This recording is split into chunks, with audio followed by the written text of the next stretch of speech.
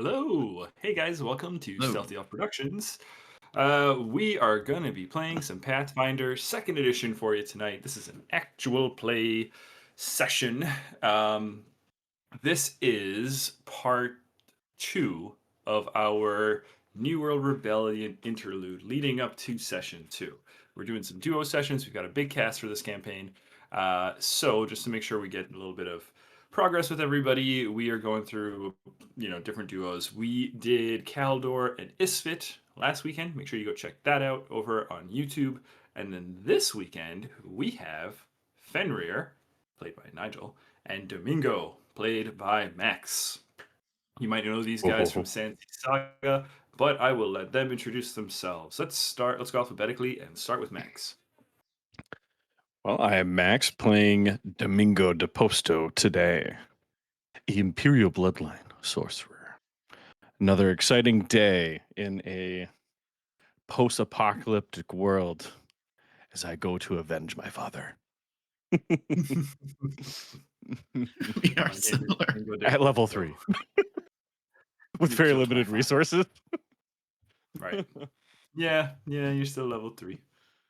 Oh man, Just a it'll baby. be. Yeah, you're just a little guy. All right, Nigel, who are you playing? I am Nigel.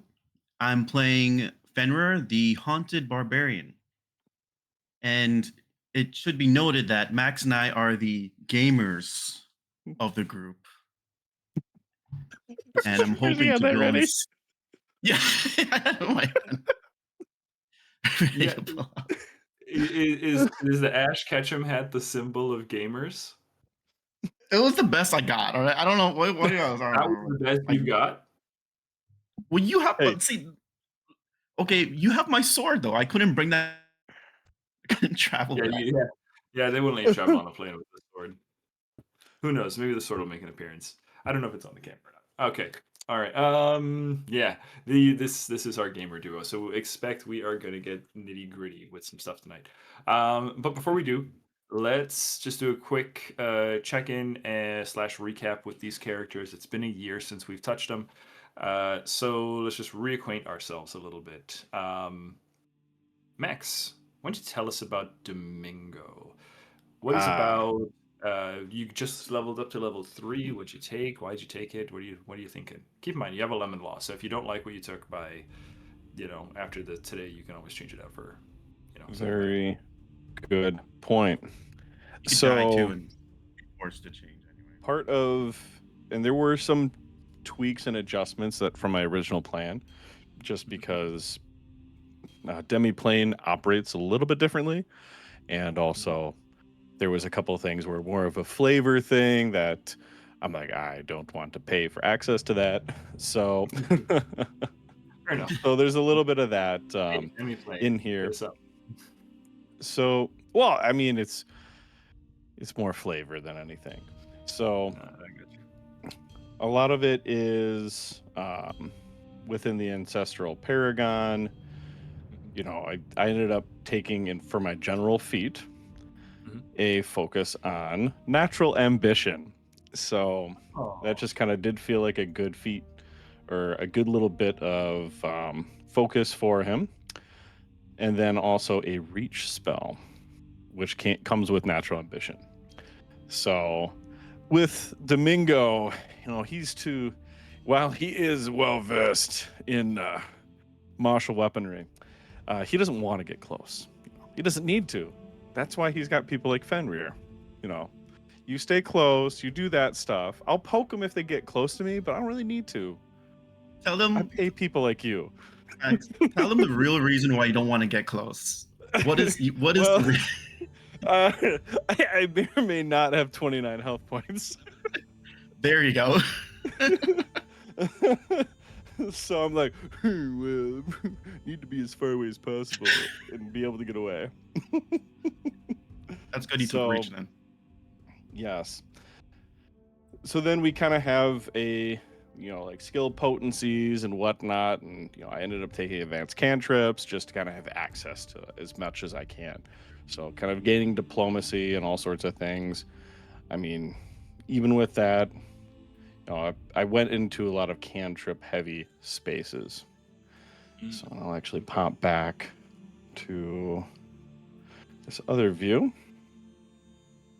And, I kind of ended up deciding to kind of take a bunch of different interesting things, more on like, balancing between detect magic, some warp step from movement, needle darts, prestidigitation, because you just got to look good, You got to look good. Yeah, you got to. When you look good, you feel good. When you feel good, you hit crits. So I think that's clean logic, That's a man. thing. just how it works, right? Look good, feel good, hit crits. Hit crits, exactly. And then message and shield. So, and some of these were carryovers from before. Yeah. But I don't think we got into the nitty gritty previously. And What then did ancestral memories. No. Don't worry about the spell. What did you take for your free archetype? Free archetype. Let me take a peek here. That's at level 2, I think. Yeah. Because then that plays in level 4. I think you get to like, choose That's a for good point. Yeah, it's on the even levels. Let's see. Make sure you have a free archetype. I love mine. I really love Barbarian in 2e. I don't know if I put that in the rule set. So right Uh-oh. now I'm going in raw. He Why made him don't you learn go- his free archetype. If you want, you can go ahead and put something in, if you have an idea. When you look around. Because actually we had a similar situation happen with Isfit, Adam, last session too.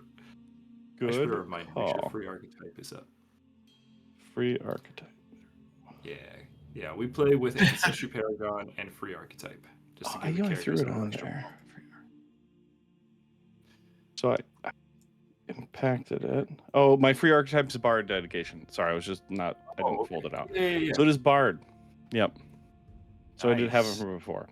So, and then I am the maestro. Okay. So I focus more on the music as well. So a little bit of, spells, movement, and entertainment performance. So Domingo is not going to be as much of an intimidator, but That's what diplomatic, performative. Yeah. Have a little bit of fun. I remember end of last session, the image of Domingo on the bow of the ship as you guys were pulling away from the Liberty Citadel. Yeah, and Domingo is there, yeah. Playing that sad song on his violin. Yes. Yeah, good times. Good times when you trusty, when dusty violin. Did we end the last session at 3 or 2? We ended at 2. So we leveled up between sessions, basically.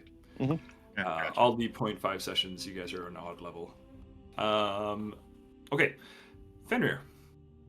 What's Fenrir about? And what'd you take with your character level ups? So I'm trying to play this. So barbarians in 2e tend to be a lot more offensive based compared to coming from D&D 5e. So Fenrir's got a big sword. He is giant instinct, so he hits hard. I got a good amount of HP because I took toughness at level 3. So you're not make sure I have 29 some sort of HP. buff. You're not under 30 HP. Like some people. No, he has a lot of HP because I took toughness. At level 3. What is your HP? I was trying to right now it is 53. Okay. Whenever a barbarian rages in 2e, you get temp HP based off of your constitution and your current level. Nice. So he's that's good. Got a good amount of HP. But the way I'm going to try and play him is it's try and be more like battlefield control in a way. So relying on my athletics and intimidation. So my free archetype at level 2 was Mauler Dedication. So at level 4, this starts to give me abilities where for 2 actions, I'll give you an example of a level 4 one that I'm taking. Something called Slam Down. It's 2 actions, which gives me an ability to strike a foe, and right after striking, I have the ability to trip them as well. And why this is special is because usually to trip or shove or whatever, you need a free hand. Yeah. But Fenrir's going to be carrying on that giant ass sword the whole time. Nice. That's really cool. That's smart thinking. For Ancestry And Paragon. is that Sorry? is that part of the attack? Like, or do you have to spend a second action, or is that a 2-action thing? It's a 2-action. Okay, yeah. So So action the economy reason might that's matter really or something. good. Yeah. The reason it's really good is because the map happens afterwards. So I'm getting like my full athletics, my full strike to hit. True. Yeah, Level that is 4 is gonna really be good. pretty cool. Nice. So you don't Um, have that currently? Or are you getting that next level, you said? Oh. yeah. Oh. Okay. Well, we'll see if Yeah. you get there. You got a lot of HP I gotta chew through though, so.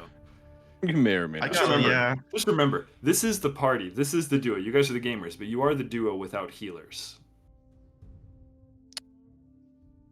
I want to make a statement. It was a statement. The GM of the last session mentioned something along the lines of, "Oh, it's been 2 weeks. It would be acceptable for you to have a minor healing potion." This was recorded. Oh, Made. I see what you're saying. Yeah. Yeah. Fair enough. So we have Someone a did smidgen of almost. healing. Just a Someone smidge. almost did. Someone almost did die already for this campaign. So, yeah, you guys can have a healing potion. Max, I did. Isfit took was away by 1 damage from being outright killed by a crit. Oh, Yeah, because he took a crit when he had like 3 HP left or something like that. Yeah, I almost did enough damage to max out his HP in the negative. By You know what was the best part? Just instant. David drop. announces the damage. He's like, "Oh, 21 damage," something like that. Yeah. And then they're like, "Oh," and then you hear like Adam like, "Oh man, I almost died, whatever." "Oh, sorry, it's a crit. 42 damage." Yeah. Teams start to panic, like the math. Oh, shit. Okay, well, so yeah, you guys can go ahead and have a potion. Wait. No. You know what? Hey, you know what though? Hang on, Nigel. You got a striking rune as well, didn't you? Or a potency rune? Potency, yes, because I Okay, beg for it. Okay. With my money. That's true. Domingo, go ahead and subtract the gold from your character. I think I'm in debt. Okay. That's okay. All right, We'll figure it out. So let's Inflation see here. apocalypse. Yeah, right. It's been in game. So in game, our session today is taking place, or sorry, our next session, session 2 of New World Rebellion, is going to be taking place 2 weeks after the events of session 1 of New World Rebellion. Okay, so there's a 2-week time period that we're filling in here as part of this session.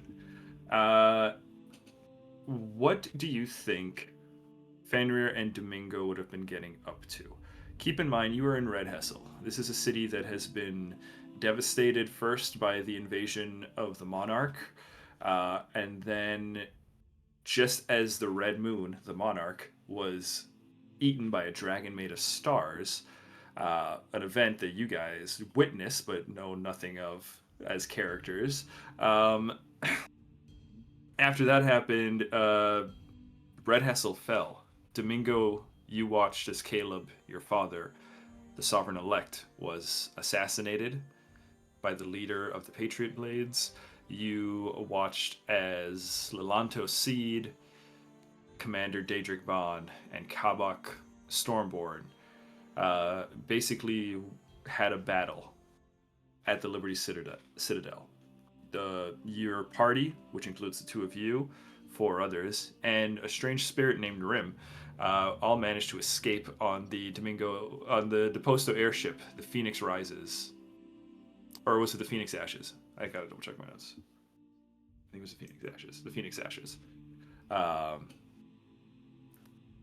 You guys were heavily injured, but you took the time to heal up. While you were aloft in your airship, you did see that the city was surrounded by storms. So the similar, Domingo, you recognize immediately, similar to the storms that surrounded Tempescary, the island that was once surrounded by storms, it seemed, and imprisoned the orcs.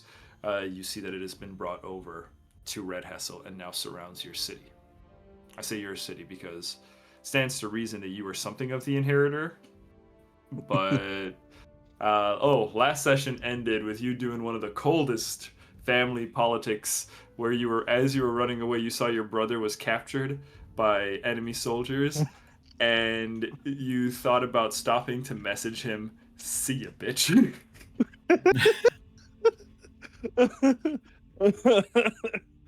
Yes. Yeah, you weren't gonna help him. You wanted to message him.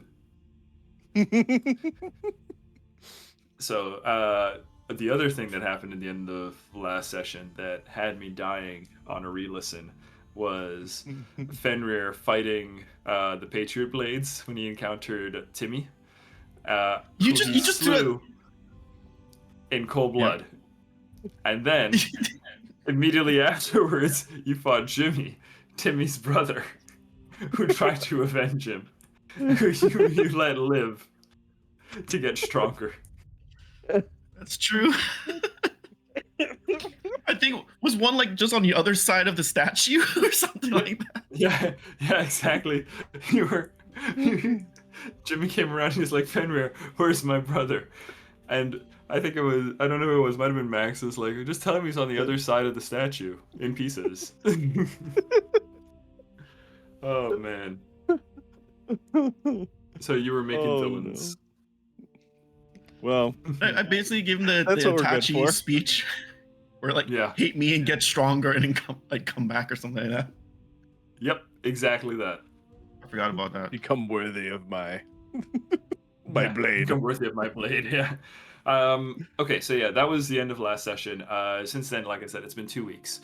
The city has started to somewhat settle down after the crazy insurrection and riots that all encompass the fall of Red Hessel.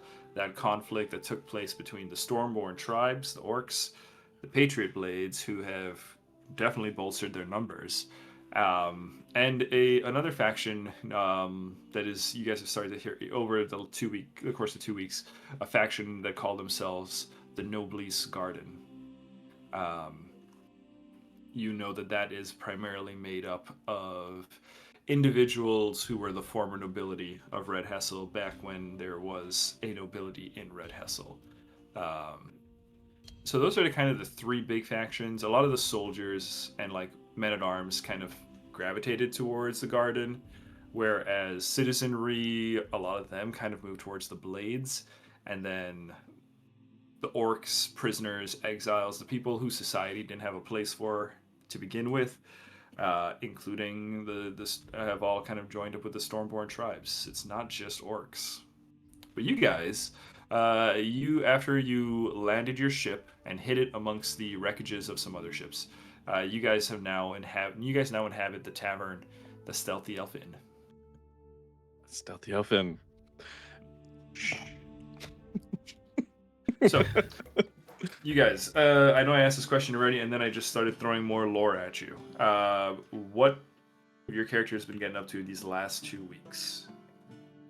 Let me make sure of something. The person who assassinated Kabak,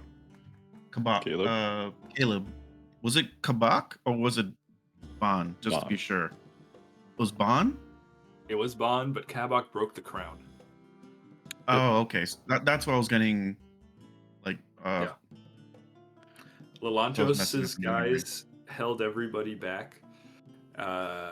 Baan killed Caleb, and then Kabak arrived, took the crown, and shattered it.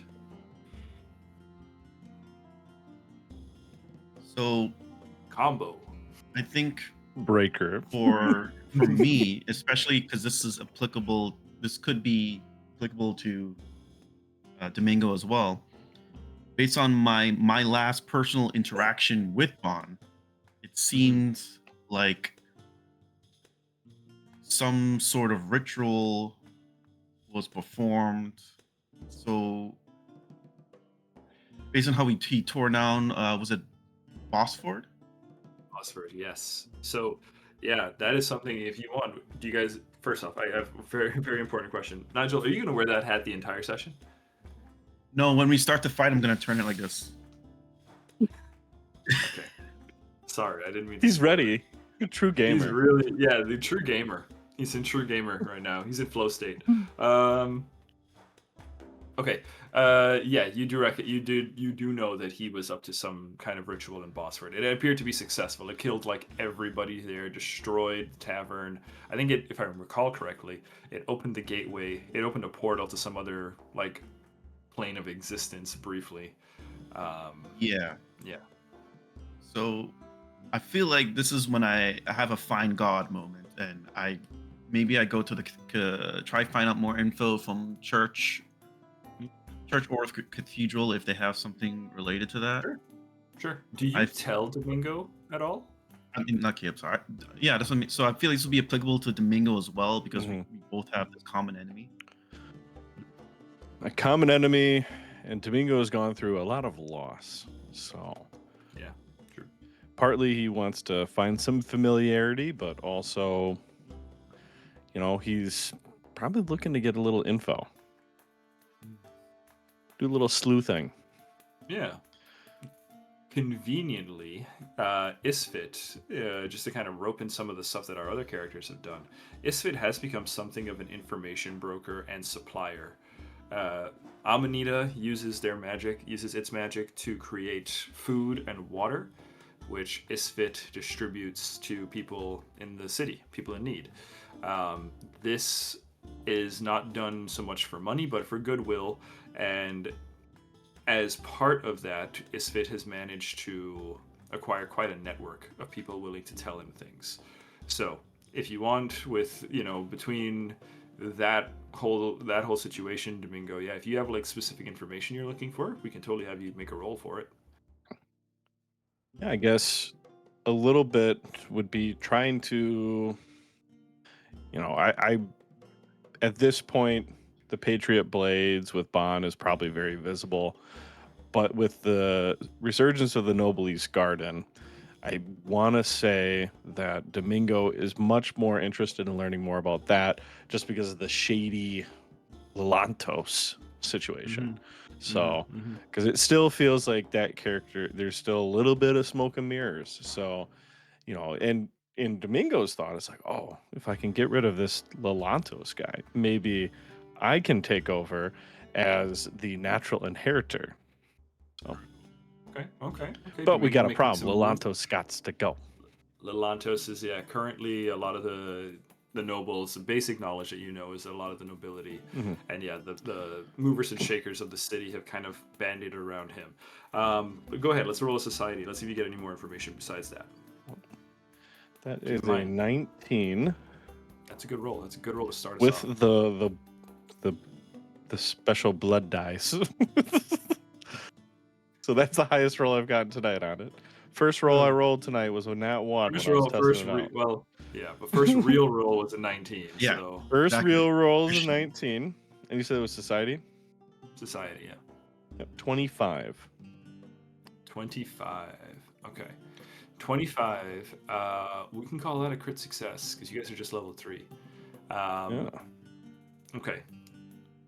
You do know that a lot of, like I said, members of the nobility have banded around Lelantos and Noblesse Garden. You know that, or you've heard that a lot of the former men-at-arms, guards, watchmen, soldiers, men who proclaimed their loyalty was primarily to Omeron, have also, taken up their weapons in service of of this faction. You also learned that they are primarily based in the steppes. The steppes, Red Hessel, before it was destroyed, had 3 primary districts: the steppes, the Harrows, and then the docks. The docks were basically where all like trade and everything was happening. The Harrows were kind of like the interior where it was pretty rough, but the steppes was kind of the fancy area of the city that was kind of going up the mountain slopes that are just north of that kind of border the city's northern side. I think I actually do have a city map I can post here. I can move you guys to real quick. I believe it's in this. Are you familiar with this area? Domingo did live there, yeah. Domingo. Yes, that's where I grew up. Okay. So this is good side of town. This is the state of Red Hessel currently. City surrounded in storms. You can just about make out the city walls towards the northern side here, and they kind of go around like this. And then the slopes, the mountain slopes that were the steps, let me just get rid of this thing, are kind of like all down this line. Right, you can kind of see the ruins up along the cliffs over here.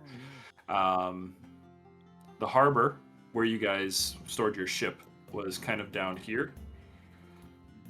Beneath all of that, you can just about make out a few boats and stuff, a few wrecks, like there's one right there.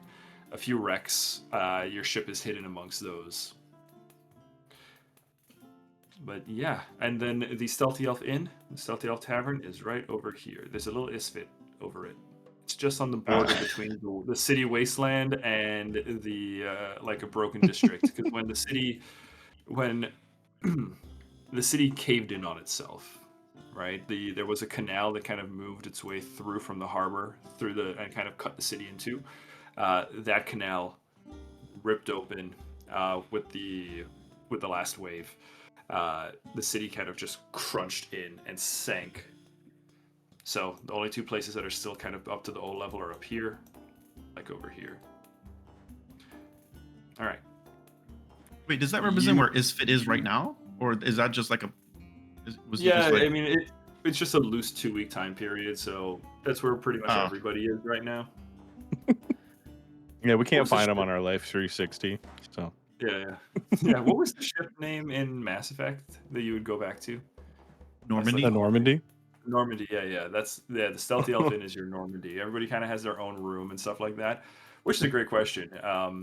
Domingo, this is basically roughing it for you right now because it is a broken tavern. This is a tavern that managed to survive a landslide and has kind of like a dugout tunnel to it. So you go through a little bit of a cave, and then suddenly there's a tavern underground. I keep casting precipitation, but there's just more and more dirt. Yeah, every time you turn around, there's more dirt. Yeah. And I think for Fenrir, this is probably pretty good digs in by comparison. Yeah, it's pretty fancy. It's not like just outside in a forest on dirt or against a tree. And I am still wearing my fancy clothes, so. Fenrir. Let's take a look at the character art again real quick, because I want to see what Fenrir is wearing, just to remind everybody. All right. So yeah, on the left here we have Domingo, our fancy sorcerer boy, and then on the right here we have Fenrir, as dressed up as he gets for the occasion. Every time he levels up, he loses an article of clothing. So right. Well, you see, he used to have a shirt, and after the 0 session, you realized this wasn't needed anymore. It's just holding me back. Yeah. Yeah, just a cape and a shoulder guard. I hate it breathable. Yeah. I took the barbarian level, and you know what? Armor just stopped making sense.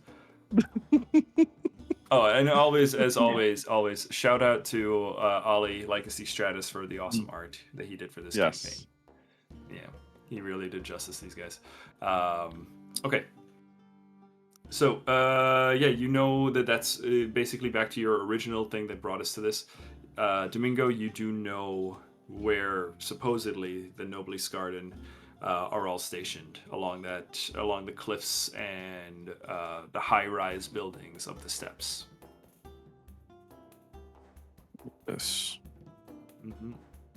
You also hear rumor that there has been a faction of orcs, because you got a crit success. You also do hear rumor, and I think probably from Kaldor and Issa from their 0 session, coming over and telling you guys that there is orcs, a tribe of orcs, a hold, that see Lelantos as some kind of leader.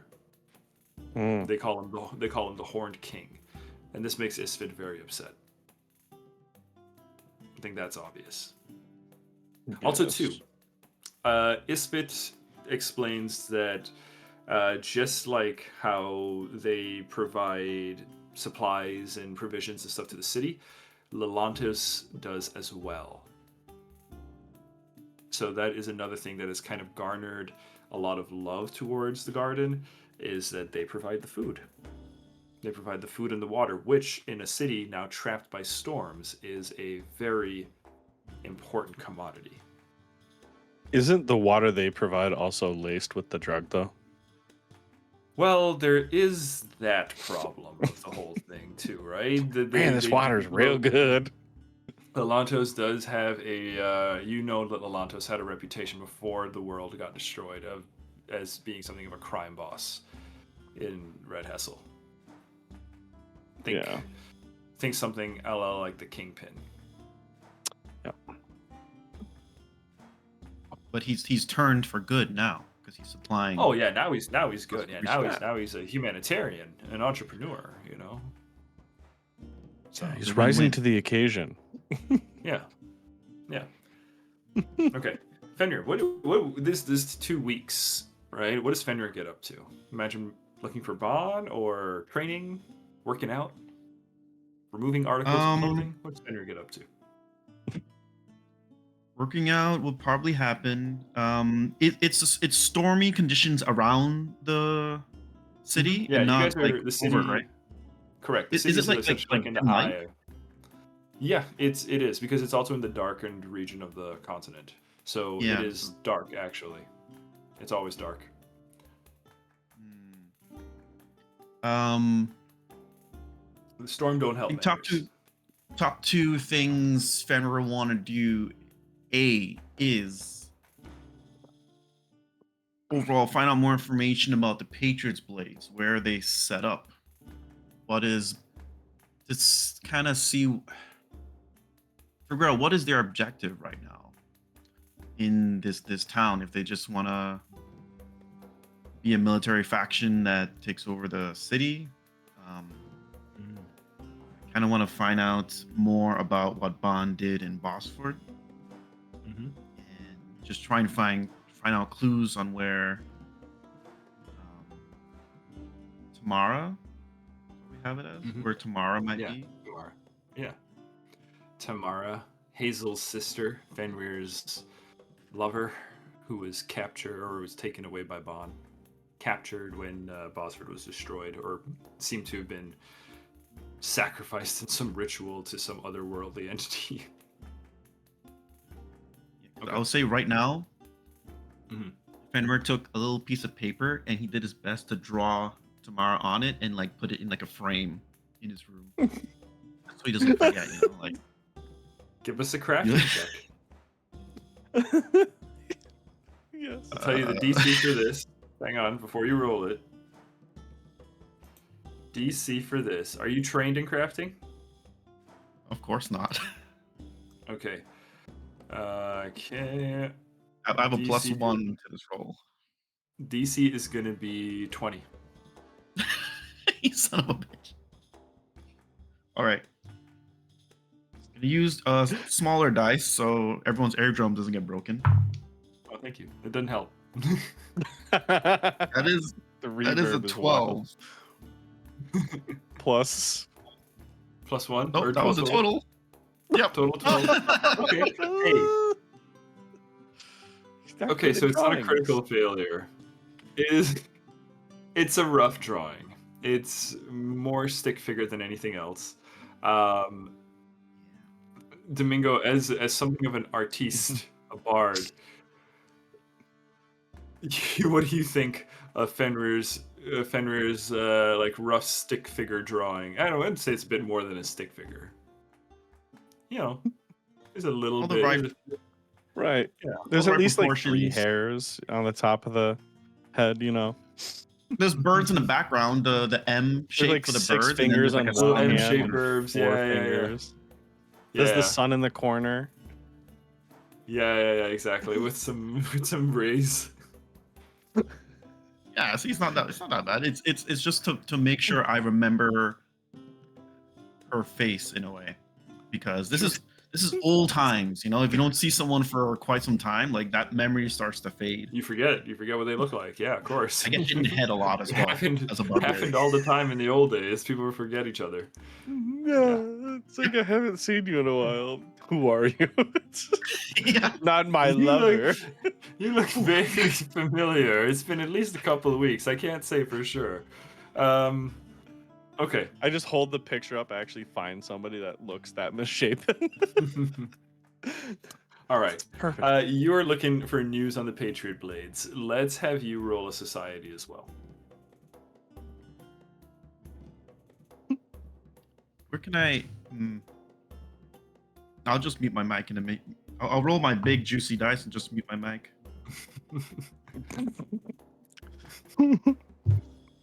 Big juicy Society. Oh god, this is such the opposite of playing Luna right now. All right. That is also a juicy 12. Okay. With a 12 is unfortunately a regular failure. It's difficult to get news about an exact location. Baan is also a very mysterious figure where it seems like, first off,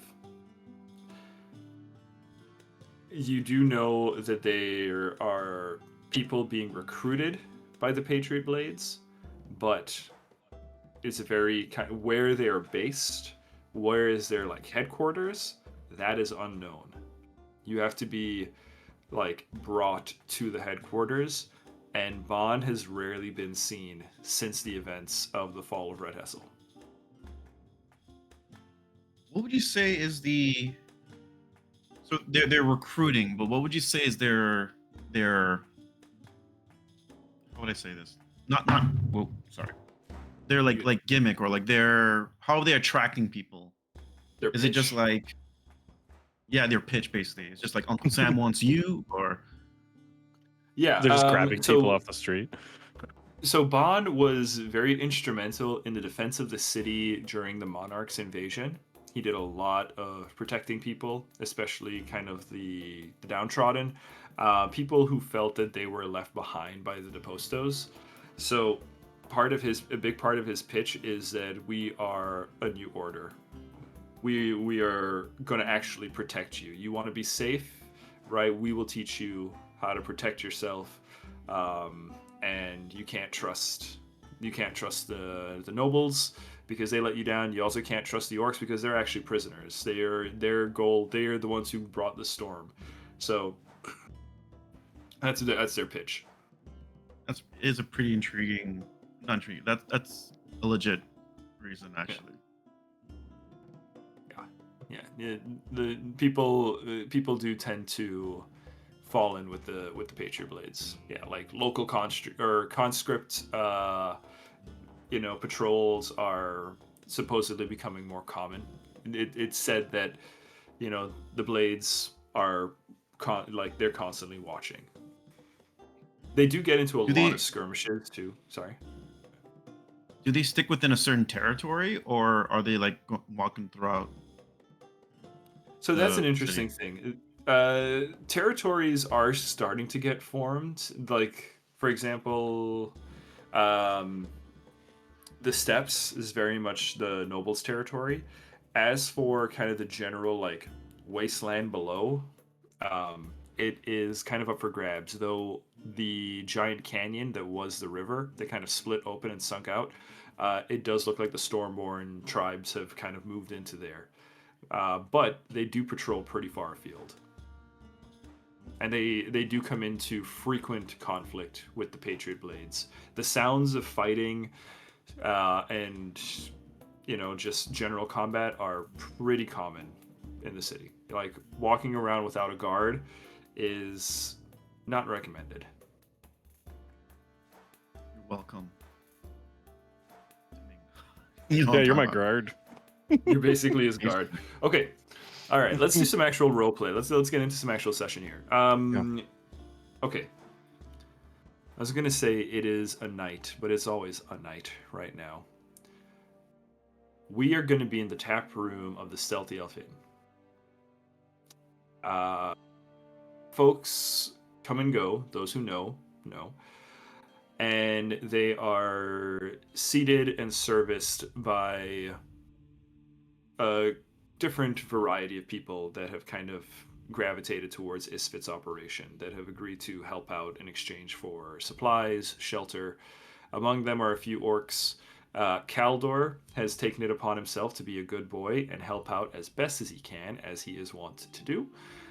The two of you, though, I imagine, are not the most helpful, as you guys do have your own business to occupy yourselves.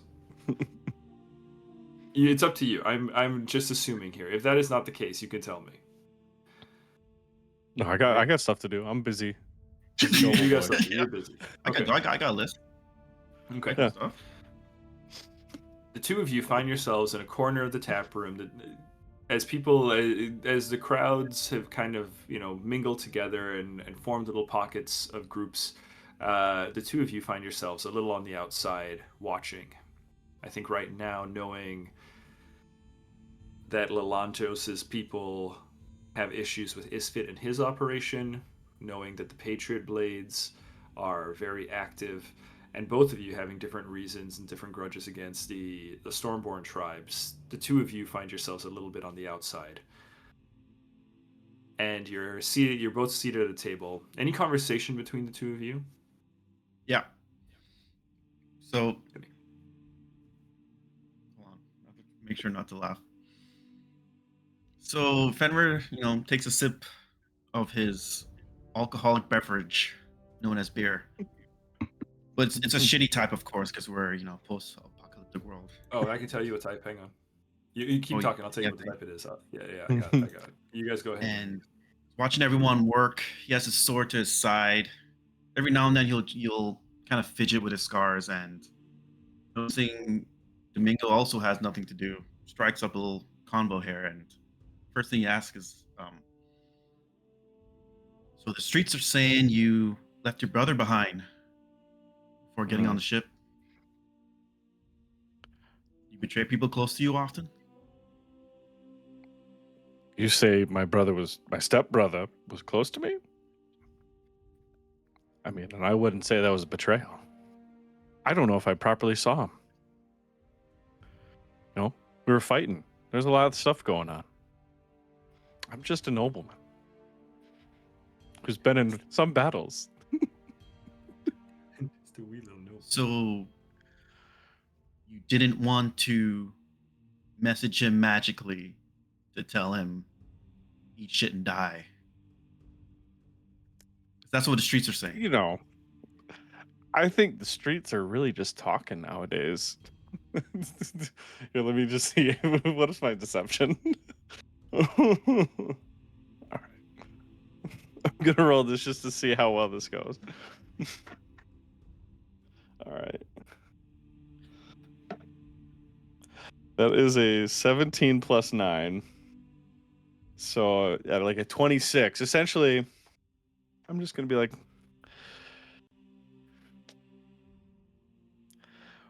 what can I say? There was a heated moment. I don't know if somebody would think that I'd say eat shit and die to my stepbrother as we're escaping. But, I mean, we're in the middle of battle.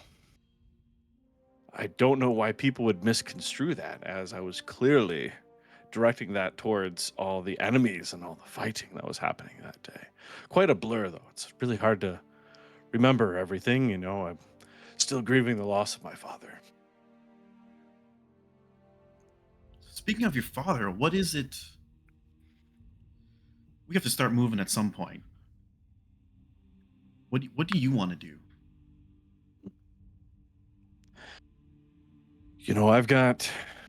You've got a list. I also have a list. There's some things that need to be cleaned up in this town, and I think it'd be good to learn a little bit more about who, and but before we do that, I do think that it's time to pay some respects. The Pantheon needs its due. So we can close this chapter and move forward into collecting on my revenge. Sure do speak a lot, boy. You got people you want to kill, and I got people I want to kill too. Seems like we have the same person. I think we do. I can't read what you wrote on your list, but I think we might have the same one. I can kind of recognize the outline of the figure that's next to the name. So I'm thinking More like short pictures I put together than actual writing. It's actually a little flip book that you just. It's like a moving picture. All right. 2 things. I need perception checks from both of you. Okay. Second thing, Fenrir, the drink that you are drinking at the moment is a potato spirit infused with hot peppers. Nice. So it's like homemade potato Spicy. vodka with hot peppers. Yeah. Warms the The body up. yeah, the tavern keeper, Huna. No, the tavern keeper is totally Orpig. That's the guy, Orpig. He was the orc that Amanita Oh, thought did he was the save sixth or member something? of Destiny. Yeah. Yeah. When the 6 people chosen by Destiny were getting on the ship, Amanita was like, "It's probably you. You should come with us." I miss. So I forgot Orpig has about become that. the tavern keeper of the Stealthy Elf Tavern. And Orpig Perfect. specialty is potato vodka infused with hot peppers. A drink called Drokaj. An orcish drink called Drokaj. Mm. It's I heard a got lot a of orcish here. 25 for my perception. That's really good. Rolled a 19 again. I'm very I have happy an, with I this have an dice right now. 18. Okay. Ooh. Yours is a regular crit. So you both notice a figure has entered the tavern, and a cloaked figure has entered the tavern and is standing some distance away near the bar. You can see, obviously, a weapon slung across the back. And they seem to be. They're standing still and close enough and long enough that you are probably pretty sure that they are listening to your conversation or trying to listen to your conversation. Hmm. With a critical success, though, Domingo, as you see the individual kind of turn, you can see an eye patch underneath the hood of the cloak. A kind of scraggly beard, kind of starting to form, and then as the face turns a little bit more, you almost recognize the outline of Arno Greydane, the former captain of the guard of the Liberty Citadel, the man who was in charge of protecting your family, who instructed you to run and leave your brother behind. Not my fault. Facts say it. Hey, that was just narrated to you. Fenrir doesn't know shit. Fenrir typically doesn't know shit. I'll just wait for the streets to say it. Yeah, exactly. Fenrir. I'm going to put that into the streets. Yeah. Yeah, right. Fenrir, you recognize somebody shady trying to listen in, someone armed and shady listening in. Domingo, you see the same, but you do recognize the individual as Arno Greydane, now with an eye patch.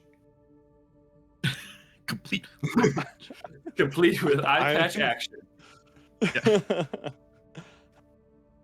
I'm going to. So is he kind of like behind us, or is he towards the bar?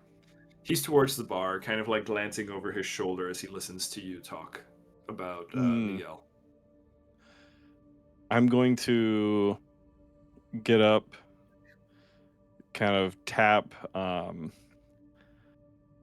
going to tap Fenrir on the shoulder and just kind of walk towards over by the figure and sit right next to him. Like, well, I can't say I was anticipating seeing you again, old friend. You're a sight for sore eye, Domingo. Ah, I see what you did there. So looks like you've added a beauty piece. Got rid of one, actually. See. I'm glad you survived. I'm glad you did as well. How did you find us? I'm going to gesture over to Fenrir as well. Yeah, like as it's going on, Fenrir puts his sword, on his back holster, and then as it's going on, you just hear like like a thump on the chair, I guess to the left of Arno. Okay. In his blind side. Not graceful. Yeah. And Arno and Fenrir both have swords on their backs, but Fenrir's is significantly larger. I will let you know. It's very important. That's important. Compensating Arnos is for more like a something. classic greatsword, right? Yeah.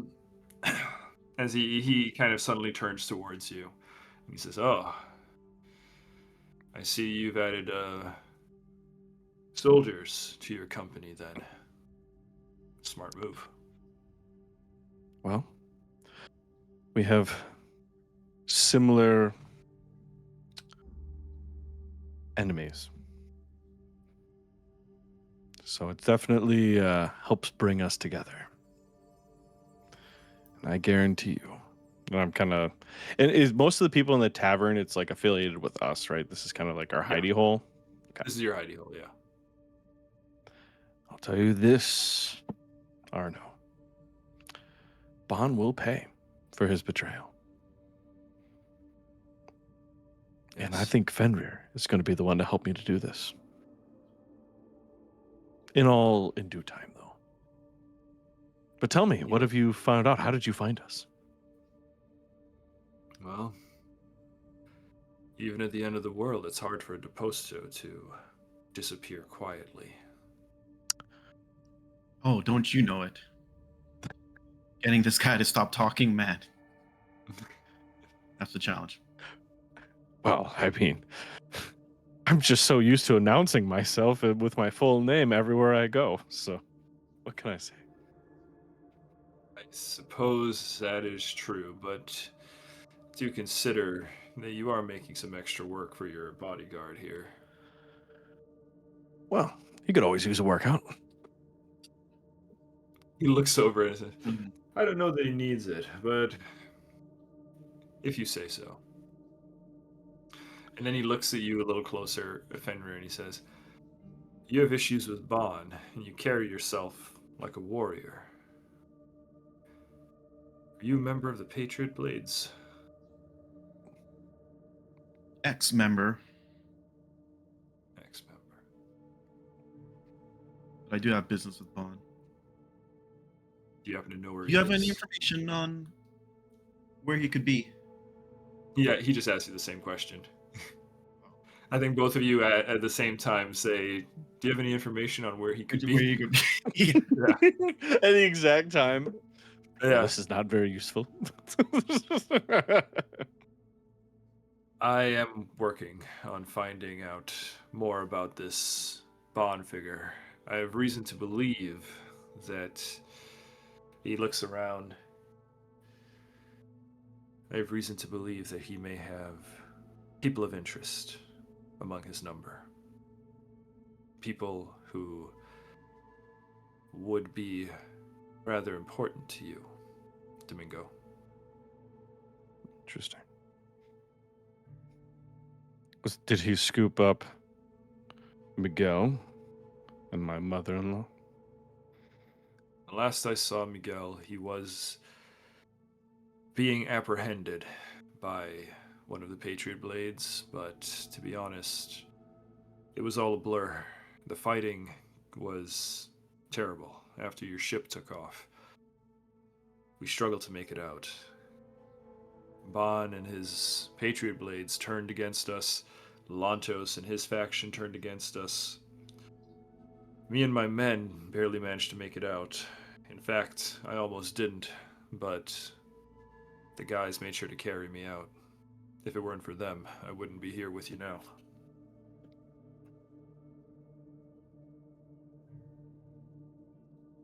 Well, I'm glad to see that you're healthy and made it out, though, friend. Always good to see a friendly face. Yeah, for my health, I suppose I do have good High Priest Heinrich to thank for that. The House of Truth, Oh. the Temple of Tazarin. It still stands. Really?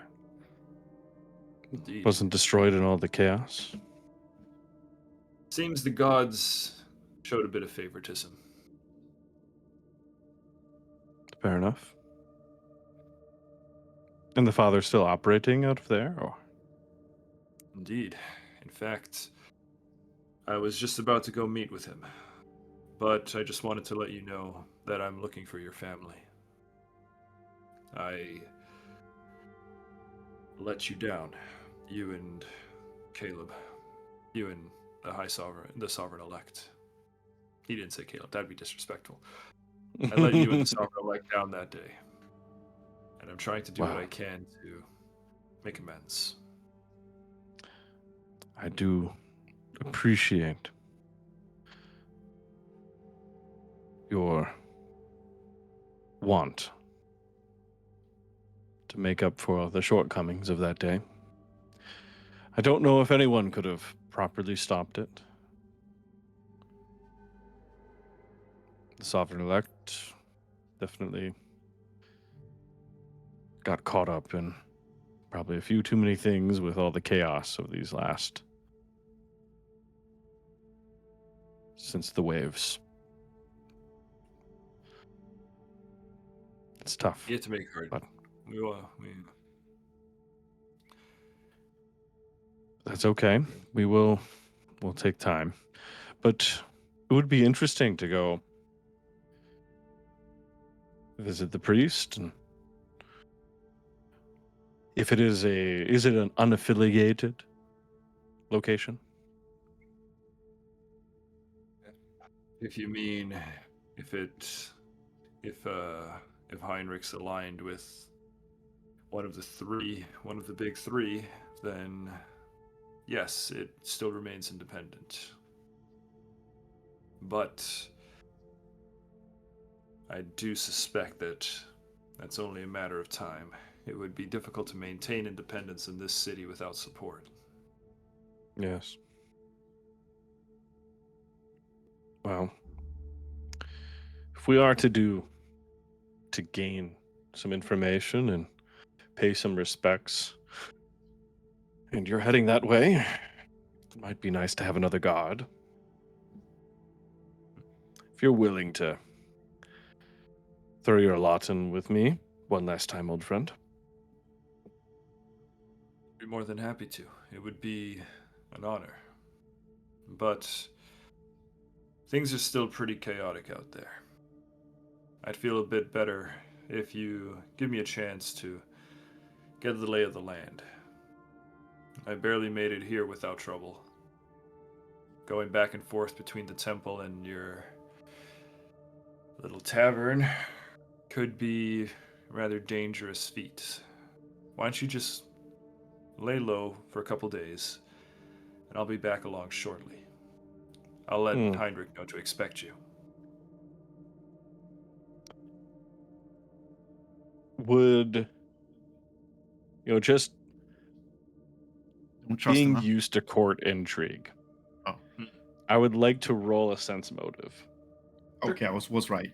Don't trust him. You don't Well, trust. he got out, right? So there's always that little thing, you gotta play the game. There's always somebody playing the game. And if he found me, Did you see what faction he's for when he was talking to you?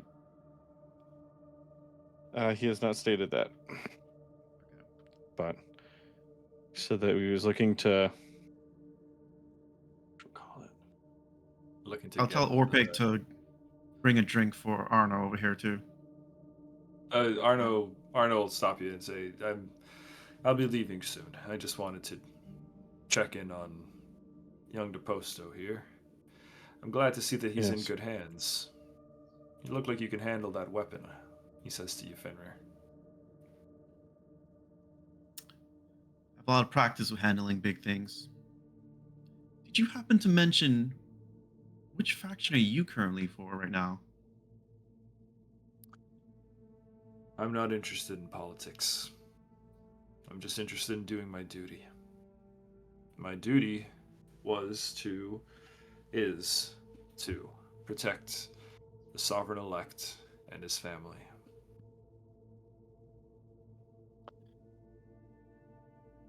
So it's your job to protect Domingo from now on. In part, yes, but there are other DePostos. Again, he kind of looks around carefully.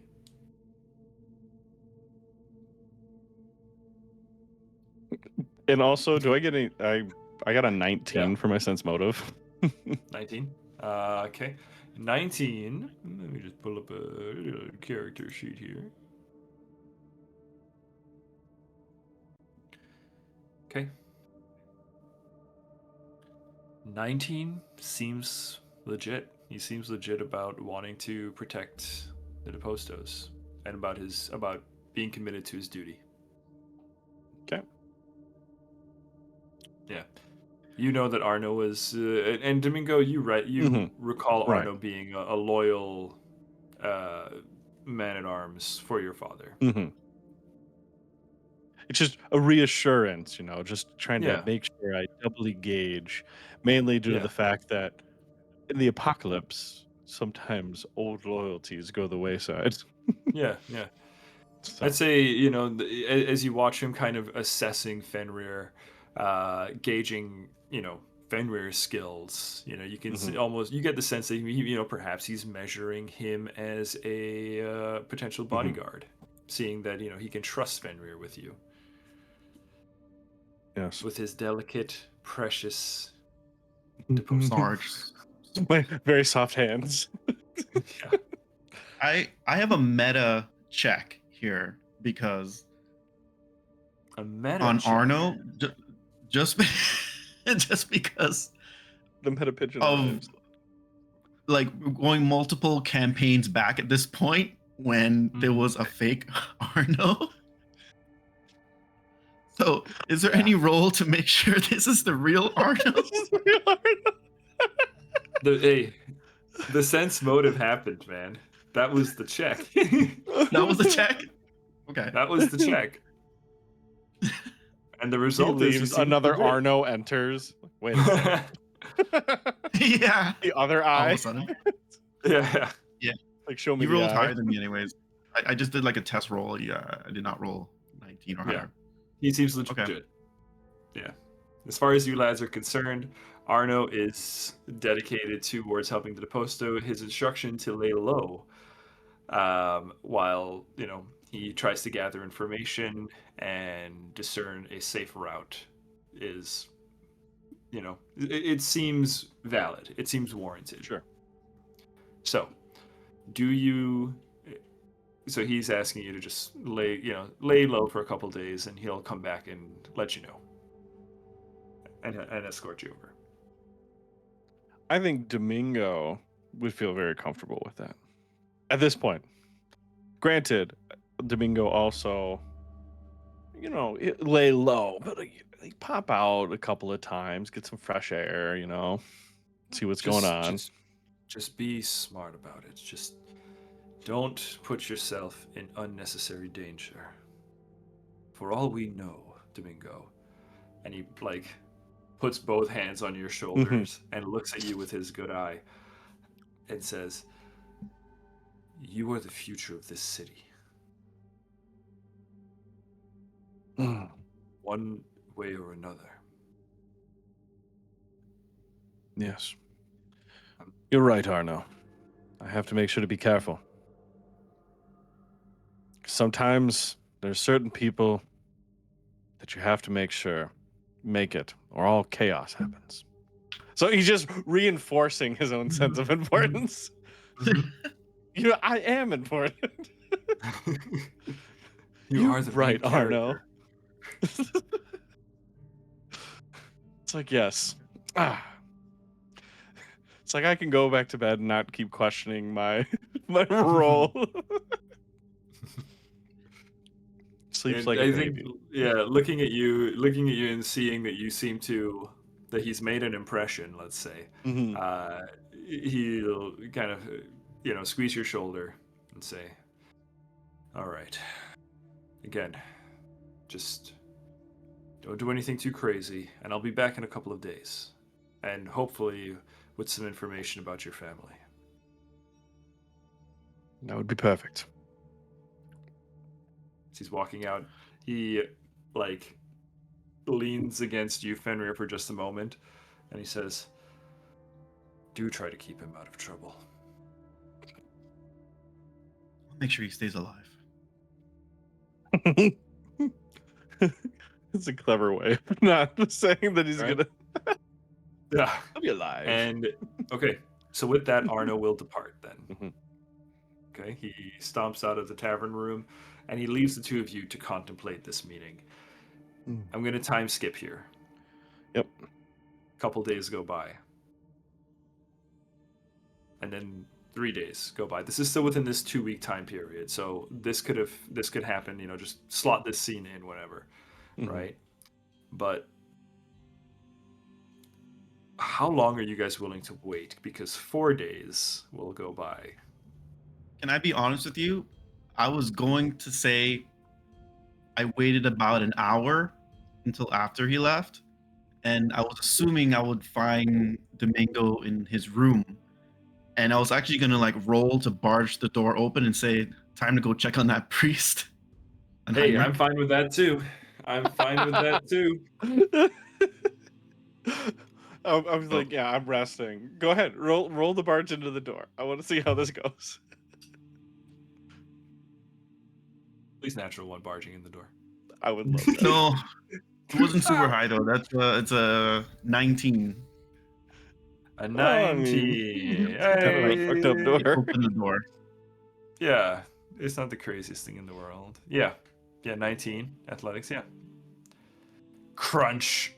The door is broken off the latch, and Yeah, yeah. you see Fenrir like prepared for battle, set up. His sword is as clean as it's ever been, as sharp as it ever will be for the next probably 15 minutes. It's like time to go. I thought we were going to wait.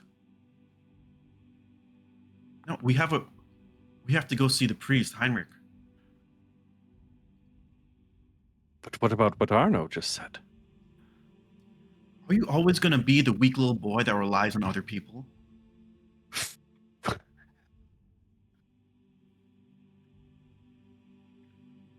Or are you But gonna go I'm the do future of the something yourself? DePosto family. Well, if you want to showcase that the future is someone who has everyone do their duties for them, I'm not sure that's what the city needs right now. It needs someone to display strength. Were you gonna take that, Domingo? You know what, Fenrir? You don't say a lot of wise things, but there's some wisdom in what you say. You are gonna let him talk to you like that. I'm just thinking, it's like, oh, he's just a lump. He doesn't know what he's saying.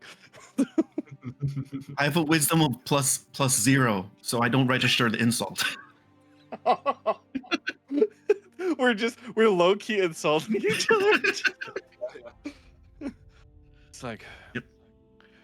You know what?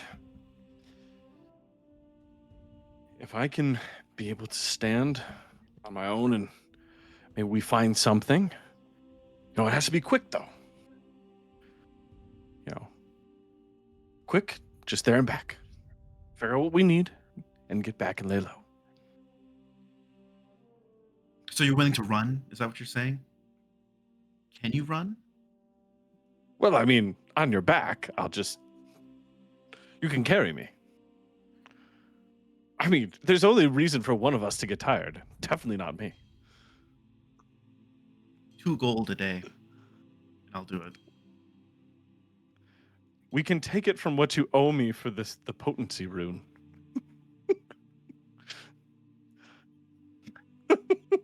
Yeah. That's a lot of running. So, chop chop. You have a Also, you're point. going to have to kneel a little bit. You're pretty tall. Get your things together. I'll be by the tavern entrance. Fine. I guess I'll limber up for a quick moment and then head on out there. And remember that minor healing potion on your bed. Ah, yes, I shall. Fear not. That just graciously appeared there. It just materialized. It actually how just some popped out of the hotels- rubble. You know how some hotels leave chocolates on the pillow? Yeah. In the Stealthy Elf Inn, they leave minor healing potions, Hey, it's canon Eat 'em. now. right? So we get one a day? Is that? Oh, maybe we will wait 3 days. No, Get no, like no, a no, chocolate every day. no, no, no, no, no, no, no. Okay, so Okay. limbered up, Yep, I'm limbered up. equipped. Got all my stuff, my dueling cape, everything. You're dueling We're cape. ready. Nice. Yes. Okay. All right. Domingo, you step out into the tavern room with your dueling cape and your potion. Fenrir is ready and waiting with his blade gleaming because I don't think there is a sheath possible or a sheath made to contain that thing. Okay. Too girthy. And the two of you venture off into the dark, destroyed cityscape of Red Hessel. It's time. All right. And right there, guys, we're going to go ahead and take our break here. And when we come back, we'll jump into maybe what you guys find along the way, or maybe the temple. We'll see what happens. See if we make it.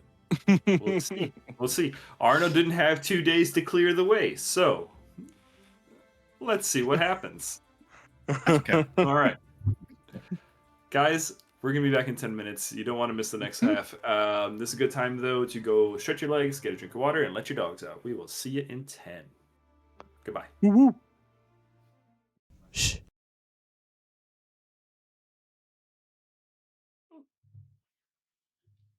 Mm. Hello, everybody. Welcome back to Stealthy Elf Productions. We are going to jump into the second half of our duo session for New World Rebellion. We have Domingo and Fenrir here, our sorcerer, our barbarian. And guys, you just defied the instructions of Arno Greydane, a loyal individual to the DePosto family, but at the urging of Fenrir, Domingo and Fenrir, the two of you have now set out into the wasteland that is now the city of what it was the city of Red Hessel. Storms overhead. It is nighttime, so it is dark. Do you guys have dark vision, right? I have have low dim light. light. Dim light. Okay. It is pretty dark for the most part. It is a city at night under Mhm. in the eye of a storm, right? That is where the city now dwells as the storm just cyclones around it. So it is difficult for you guys to navigate.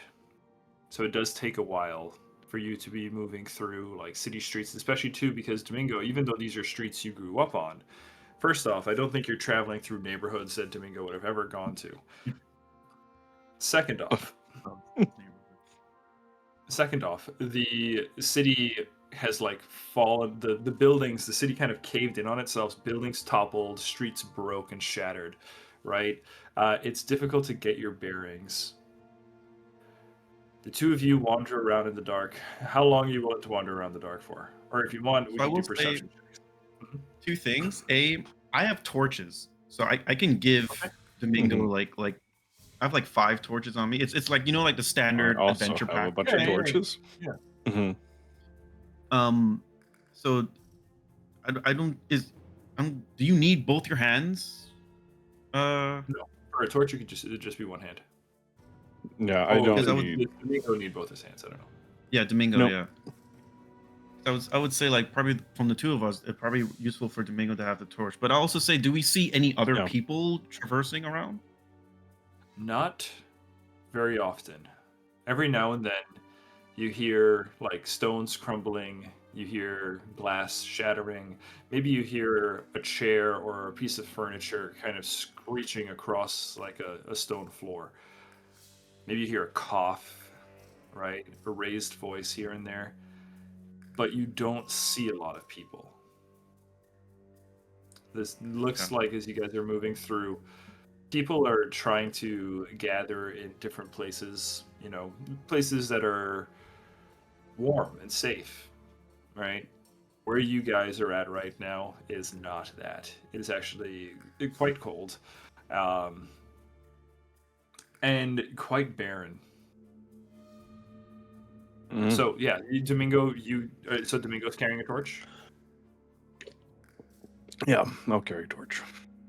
Okay, all right. So Domingo, you got the torch. Um, Fenrir hands you over a torch from his pack.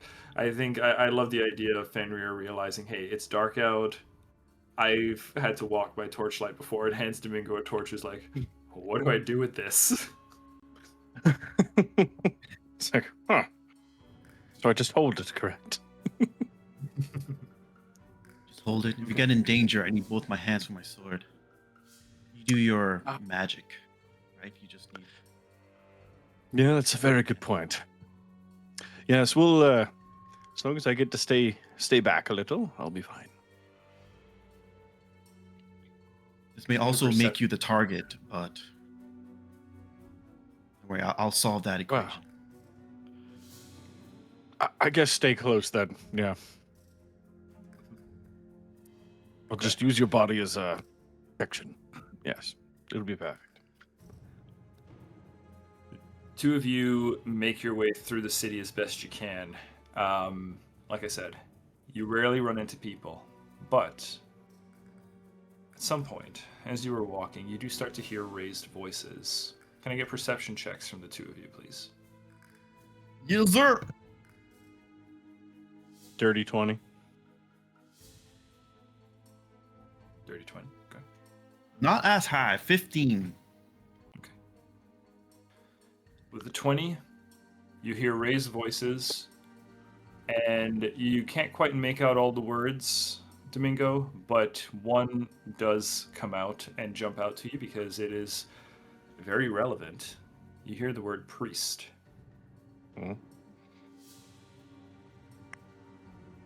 Well, Fenrir, they're talking about a priest of some sort. I wonder. We must be getting close. We should go make sure it's not Heinrich then. Looks like trouble. Yes, I guess we could pop on over. Okay. Following the sounds of the voices, you make your way again through emptied buildings. Actually, as you're making your way around this area, you find yourself on kind of like the way things kind of broke down. Obviously, there were like some plates that kind of stayed and kept intact. So you have like maybe like a city block that seems, for the most part okay, while other places are just caved out and just ruins. This is one of those areas where the buildings are actually still standing. As you're making your way through, it looks like this section did break off in such a way that at least this handful of structures seems intact. As you're making your way through, you start to see torches lit. You see candles and interiors lighting up rooms that are still, just on the other side of shutters, the light kind of spilling out into the street. You guys pass trees that are still kind of green. And as you get closer, the voices become a bit more obvious, up to the point where you guys can start to hear voices kind of coming in all directions now.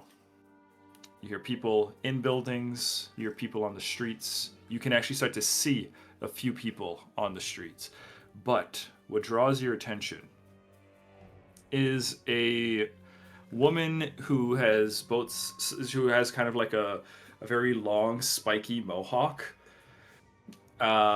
dressed in mercenaries equipment, and she is standing at the front of a broken bridge. So the bridge kind of leaving this platform, going out a ways.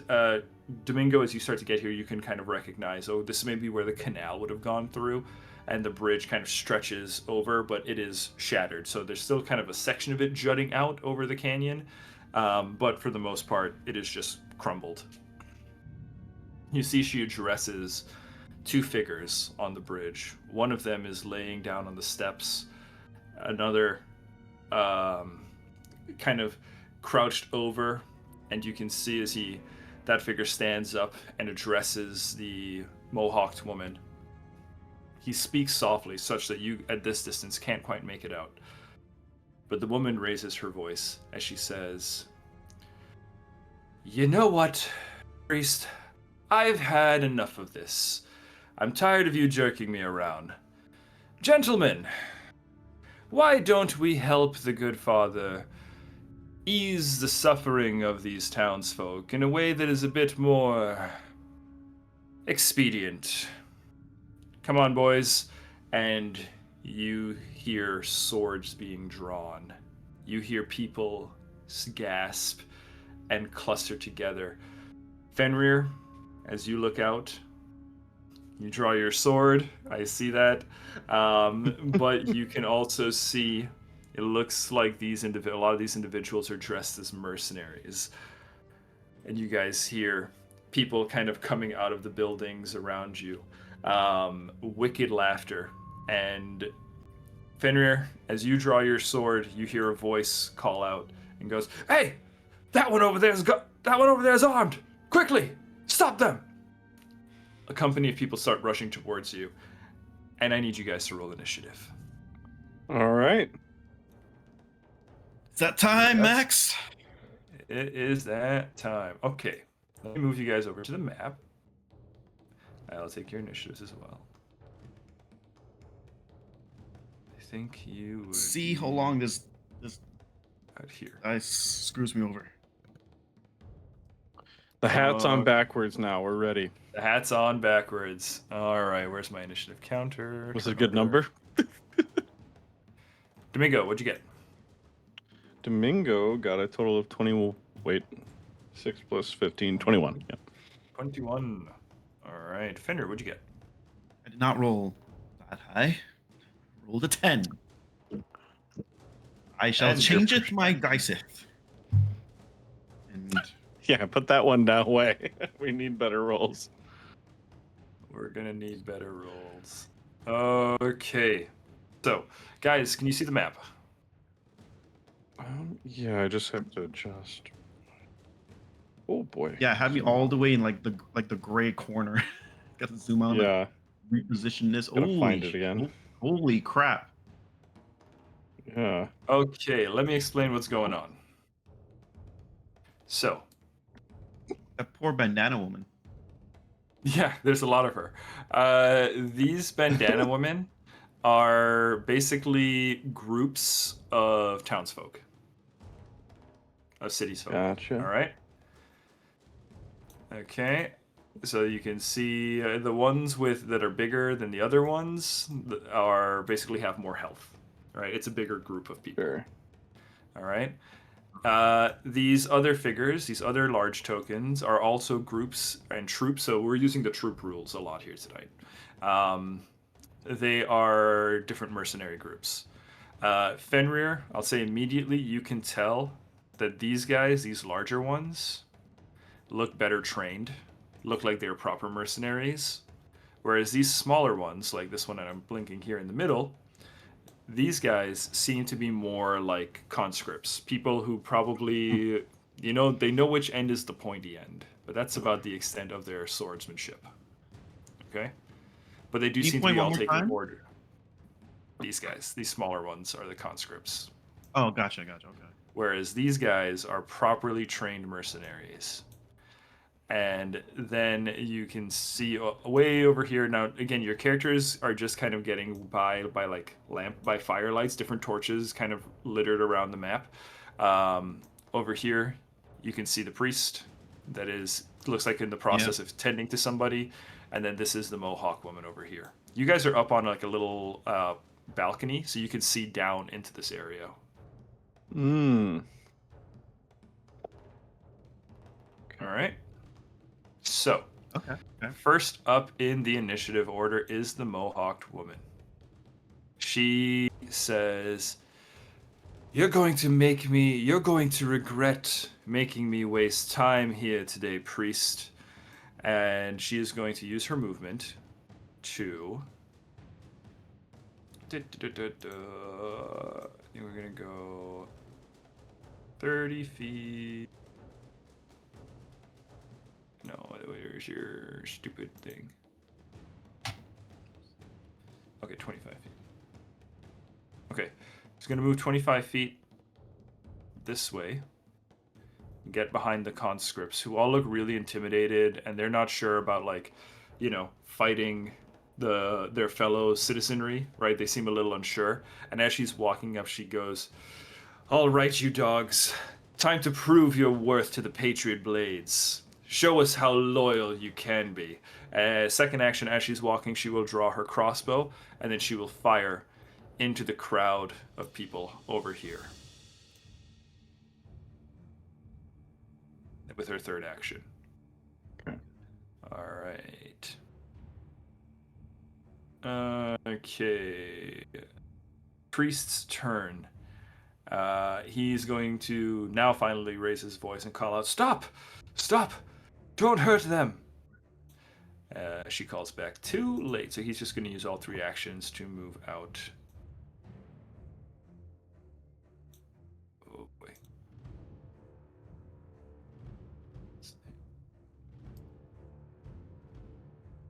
Yeah. To move up towards her, to get next to her. As he gets closer, the firelight catches his face a bit better here. He's a lot closer to you. Domingo, you recognize this individual as Heinrich. Okay. Mercenaries are up. I'm just going to go move some tokens. There's a lot of screaming in a few different directions as the mercenaries are going to move in on some townsfolk. All right, conscripts are up. These are the ones that saw you guys make your way over. They noted Fenrir's greatsword and they called out about the sword. So they are going to move up. Let's see. Conscript squad.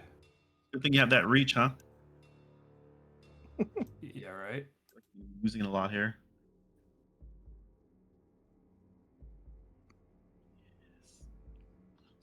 Yeah, they're gonna move towards you here. You're gonna get right about there. You see they've got pitchforks, they've got a few spears, a few of them have short swords and the like, but they're not very well armored here. I'm just gonna blow up their tokens so you can kind of see what you're looking at. One of the ladies is in there. Conscripts. All right, so that's conscript party number 1. Conscript party number 2 is going to move in on these guys. There's more screams. More screams. Okay. Domingo, you are up. After Okay. you, it's the useless townsfolk. Well, I guess you're up, Fenrir. I am going to cast a guidance for 1 action, and then I'm going to cast Enlarge on Fenrir. Let's go! Okay. Okay. Okay. I'm just tap him on the hiney, just get a little, go get him, player. A little tap on the hiney, and Fenrir, like a Mario eating a mushroom. Your muscles swell, your bones swell, everything on you swells. And you are enlarged. He is My reach now enlarged and becomes- in charge.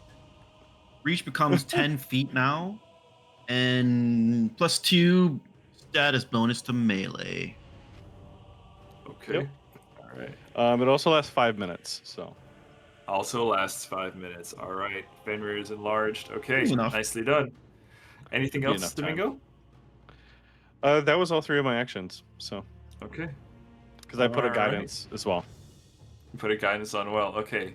I like this tactic. Buff the tank. All right. Domingo, as you finish Support. casting your spell, you see Fenrir kind of become this hulking figure in front of you. The sword in his hand finally starts to fit to almost like a regular size, a regular proportion. And as the magic lingers, and you can see the oil slicks in the air of the Bastille kind of dissipating, you start to hear chanting. And Domingo, you see joining the field Do-do-do-do-do. Directly behind you, a company of orcs. Ooh. We'll let them clean up on that side of town. We're gonna stay on the other side of town. As you see the orcs kind of pouring into the town, perhaps drawn by the firelight, drawn by the screaming. But from here, Fenrir, you know, you've interacted with them. You know that they have dark vision and they are not impeded by the light. None of them carry torches. You just see like the eyes reflected coming up towards you as the troops are just moving up together. Okay. All right, so their turns just to get onto the field. Townsfolk. Townsfolk gonna run. Let me just Run away!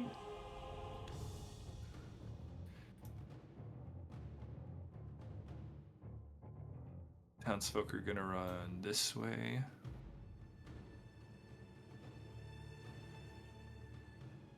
Sounds like a good choice. Hmm. Well, one of them. Scatter! Yeah, they're just trying to run and keep moving. These guys are trapped. They ain't getting out. They're going down. Okay. All right. They're gonna Fenrir. fight back. Finishing up is you. Oh, I didn't see the What do you orcs do? in the south. Woof. What's my? You have to. Well, what's my lighting condition here? I have a torch. You have a torch. So it's low light. Okay. And then outside of the torch, I should assume it's dark. Correct. Right? Okay. Just making sure. I'm gonna go.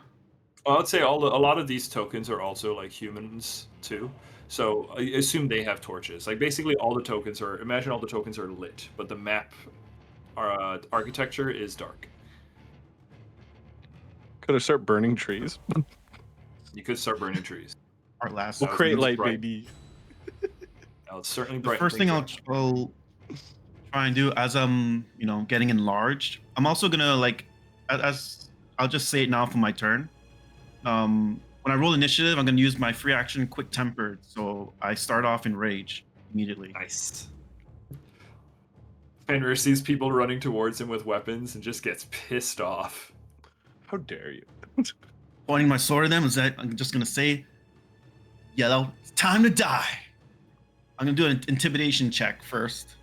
Okay. Or demoralize. Sorry. Demoralized. Okay. I like it. I like it. That's a good solid start. Solid start. We'll see. That is that's just a 15 to demoralize. Okay, and this is against their will DC. Right? I think so. Hold on 1 second. Yeah, against their target's will DC. Okay. So, just so you know, the conscript squad does have a -2 circumstance penalty to fear effects. So, you rolled a 15, that is a success. I believe they're Yeah, frightened. just one. giant barbarian with a massive sword. Yeah, just lit up by the firelight is that walking towards them, telling them that they're gonna die. I'm gonna walk because my reach is further. I'm gonna 10. walk 10 feet. So I'll be like 10 feet away from them. And I'm just gonna have my sword up and say, "Should have never come here," and swing down at them. Oh gosh. Intimidate. Wait.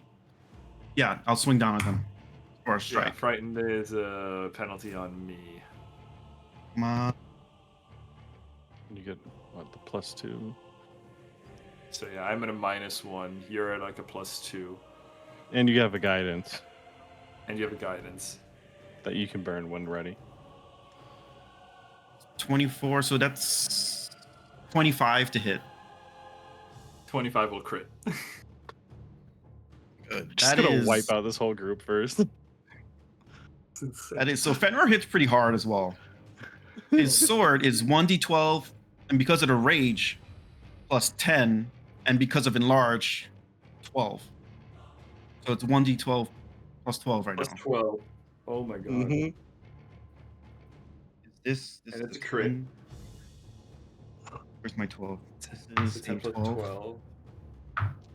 It's 22. It's just gonna just slice an entire group of people in half. And maybe I Gonna decimate. physical dice have been failing me a little bit. So it's 2 on the dice. Just remind me because the it's 2 on the dice. So that 14 times 2, or is that 4 plus? It's the I don't remember total here. times 2. Total? Okay, Total so times 2. And if you have a deadly dice, then that's just added. so it'll be 28 total. 28 total damage. Yeah, I only rolled 2 on my d12. Okay, it is a bloodied crowd, first off. They are very hurt. And they lose 2 segments. They go down to a single segment. I'm just going to move you up, Fenrir, because you would have been about here. Okay. So there's like 5 people left. Yeah. There's like one guy left. Yeah. There's like one guy left after that. As Just blood Fenrir, everywhere. you just come in and you slash down. It's brutal. Is it one single slash that takes out like So 5 here- people? here's the thing Horizontal, about like guts. Yeah. Fenrir's sword is not necessarily, really sharp. It's just like a big, long Piece heap of of metal. iron. The That paddle. the sharpness comes from the swinging strength that dice Yeah. through his enemies. Yeah. So he gets up, he does his like diagonal swing upwards, and it just captures, however many enemies in that swing. Yeah. There's just one guy on the side who like ducked down in time when he looks up, and then everybody else is just dropping to the floor around him. A few people are bisected. There's blood everywhere. He's already frightened, but I think he's got his hands up like he's ready to surrender. Okay. Really good turn, Fenrir. Really good turn. Okay. Okay, let's see. Top of the order. Bad guys first.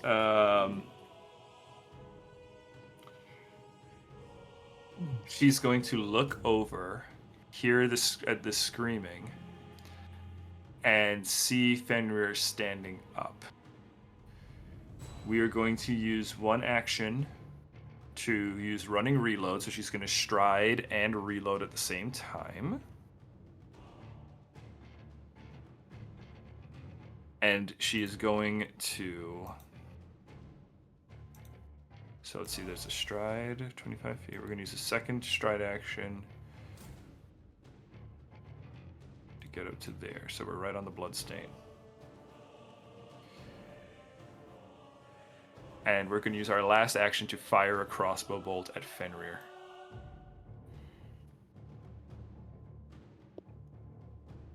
Nice. Okay. That's going to be a 30 to hit you, Fenrir. Yeah, that's a crit too.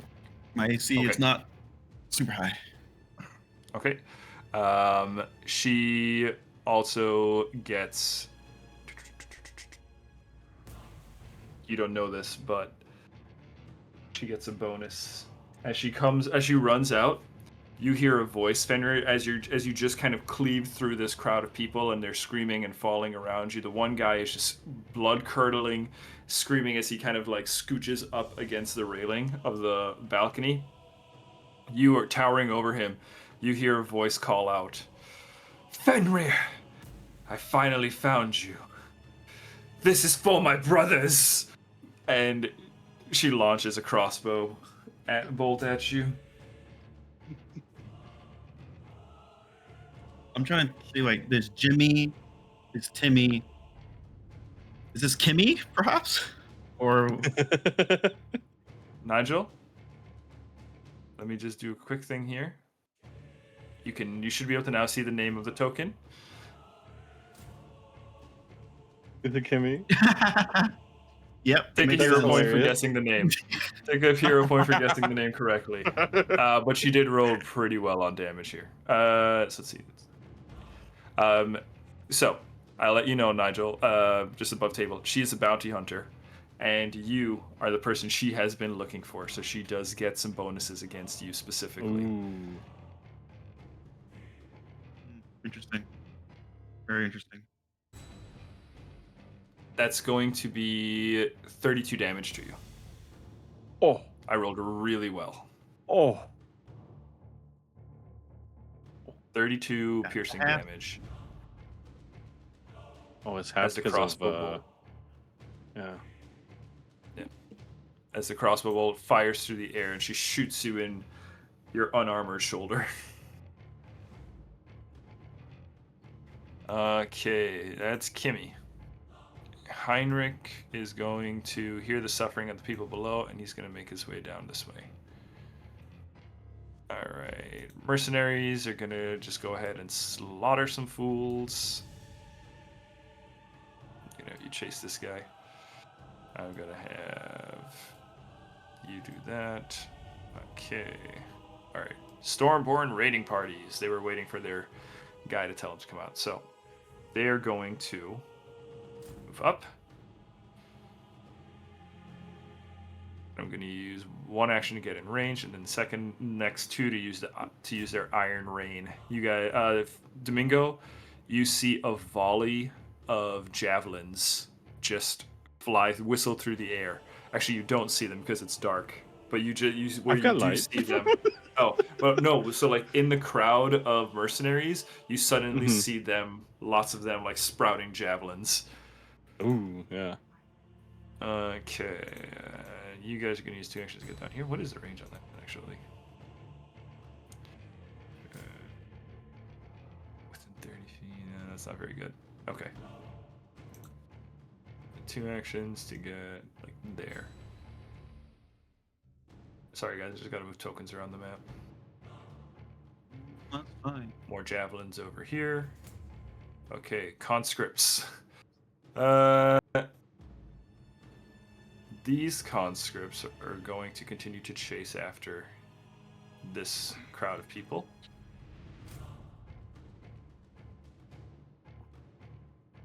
These conscripts are going to do the same. And these ones are going to attack the orcs. This one lone guy is going to run away. He's going to spend his whole movement to just get the hell out of here. He's running away from Fenrir. Okay, that's everybody. Domingo, you are up, my friend. After you, It is the different individual orcs. Sure. I'm going to move closer to Fenrir for one action. And then... Oh no. See. I screwed up. Okay. All right. And then I'm going to use Thunder Strike. Understrike, you say? Yes. It's a 19 reflex save. Okay. That is a 27. 27, okay. So, but I don't know if this is one that you get half or if it's full. Probably a basic reflex or something. I assume. It is a basic it says reflex. basic. Yeah, then it's half damage on success. Okay. Yeah, basic reflex. So then is it nothing or is it It's just half just damage. half damage? Okay. If there's any, it might say if there's Is like she additional wearing any rider metal? effects. Is she wearing? Yeah, she is. Here, I'll show She you. does take a -1 bonus as well. Okay. All right, so she'd be 26. Yeah, look, she's wearing like a good bit of metal. Sure, yes, she is then. Yeah. And then she is actually also going to be clumsy for a round. So just keep that in mind. 1. Here's a 1d12. Grab that.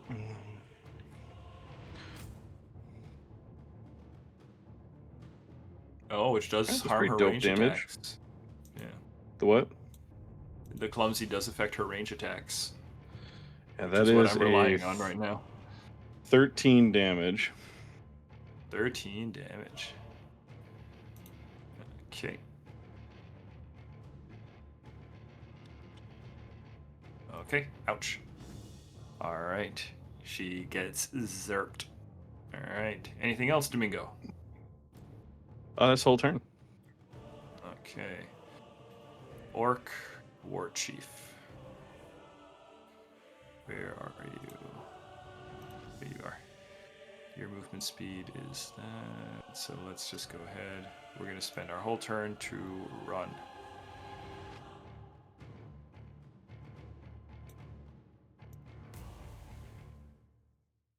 He is just running.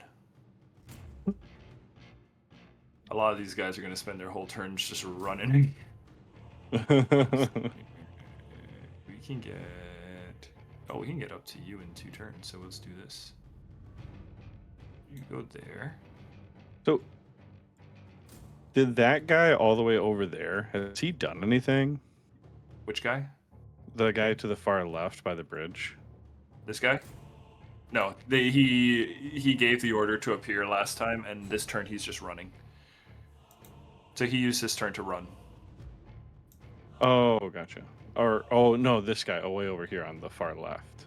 Right. This guy? Like, yeah, this guy over here? No, he's just a useless townsfolk as well. Okay, sounds good. I just wasn't sure what was going on with that guy. That was the guy that Arno was helping out before. Okay, Arno orcs are or moving the in. priest? Sorry, the priest, yeah. Okay. Yeah, there's just a lot I'm of gonna have some skirmishing going splaining to do. right? Okay, useless townsfolk are up. Useless townsfolk is gonna run this way. Okay. They're right behind me. Yep, they are running up towards you. Domingo, you see suddenly a crowd of people making their way towards you as they are fleeing the Patriot Blades and the orcs who are now engaged with each other. And as they're running, they're just yelling out, "Run! Get out of here! They're trying to kill everybody!" Let me just do a couple of quick things. As they run towards the fancy fella and the very large fella that just murdered a bunch of people. Right. Hey, you could bring these people to be new recruits.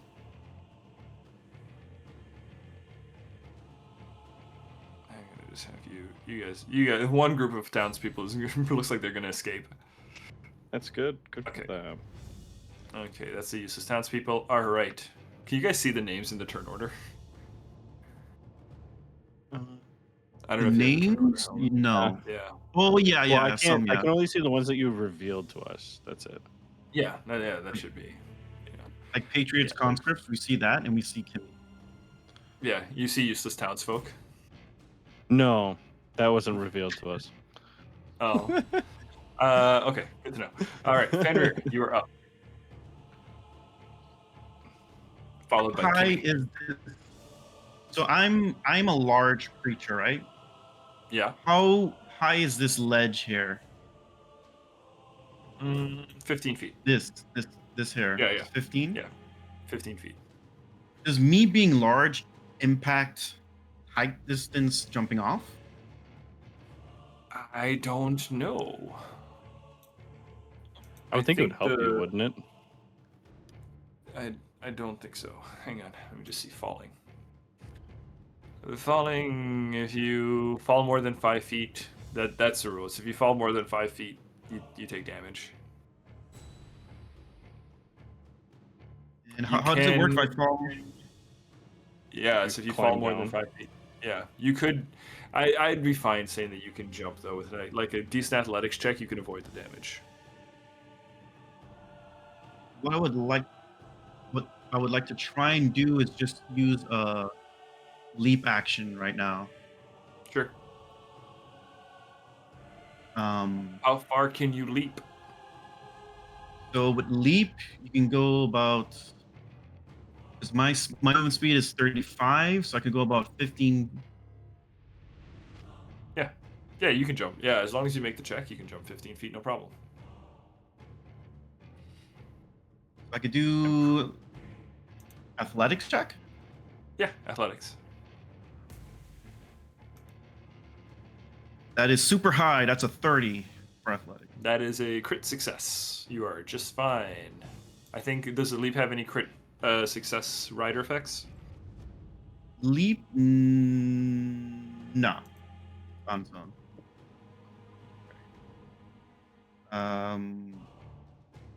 So if I'll move like here, and I'm gonna. Okay, so I have to use one action on that. I'm gonna do. I think it's called sudden. Where are you? Sudden charge. Oh yeah, I remember this So one. The yeah, run and so strike. exactly, I could strike twice, and if an enemy is at the end of my, I can strike. Okay. And it just so happens, with 70 feet of movement, there happens to be an enemy within my sight. Ooh, Kimmy. Kimmy. Okay. Yeah. Okay, come on.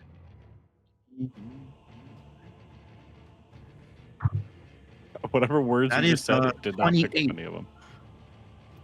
27. 28. Sorry, 27. 27. 27. 27 is a hit. No crit.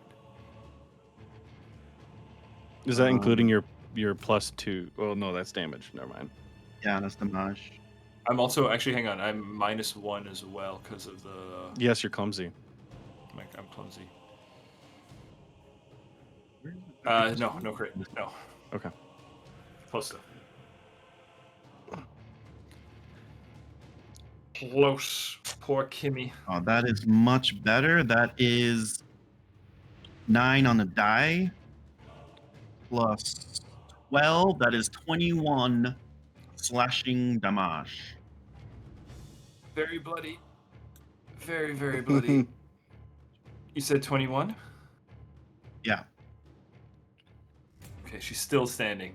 She's heavily injured as you run up and just swing your giant lump of iron right onto her shoulder. Her knees buckle underneath her, and she cries out as blood just splatters on the floor. In fact, you know that blood stain on the map? I think is hers. Checks out. Okay, but she is still alive. Okay. Anything else, Fenrir? No, that was all 3 actions. Okay. Okay. I'm going to have Kimmy use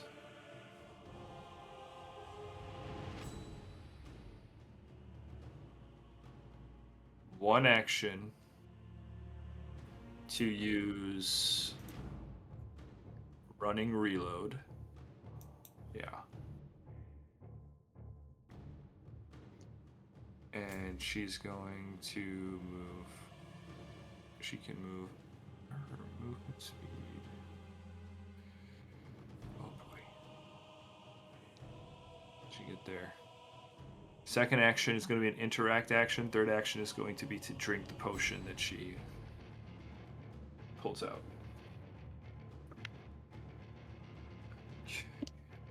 Ooh.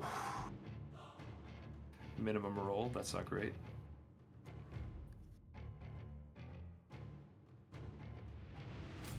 Okay.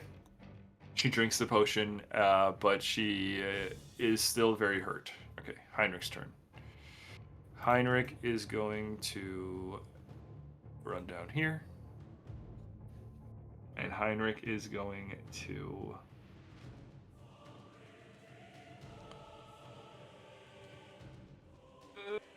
He just wants to heal people. Yeah, he's gonna use his 3 actions to run up to these guys and try to get them to stop. Mercenaries are up. Mercenaries are going to kill this group. No. You're right. Kill an Snake, orc. snake, snake. And I'm Paradox. is the...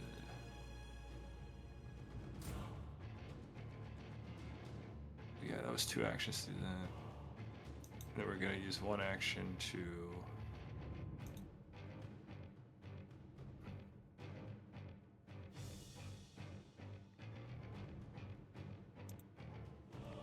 One action to move down this way.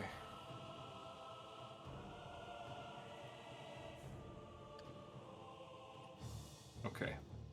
That's the... Okay. Yeah, that's all the mercenaries. The raiding party's up.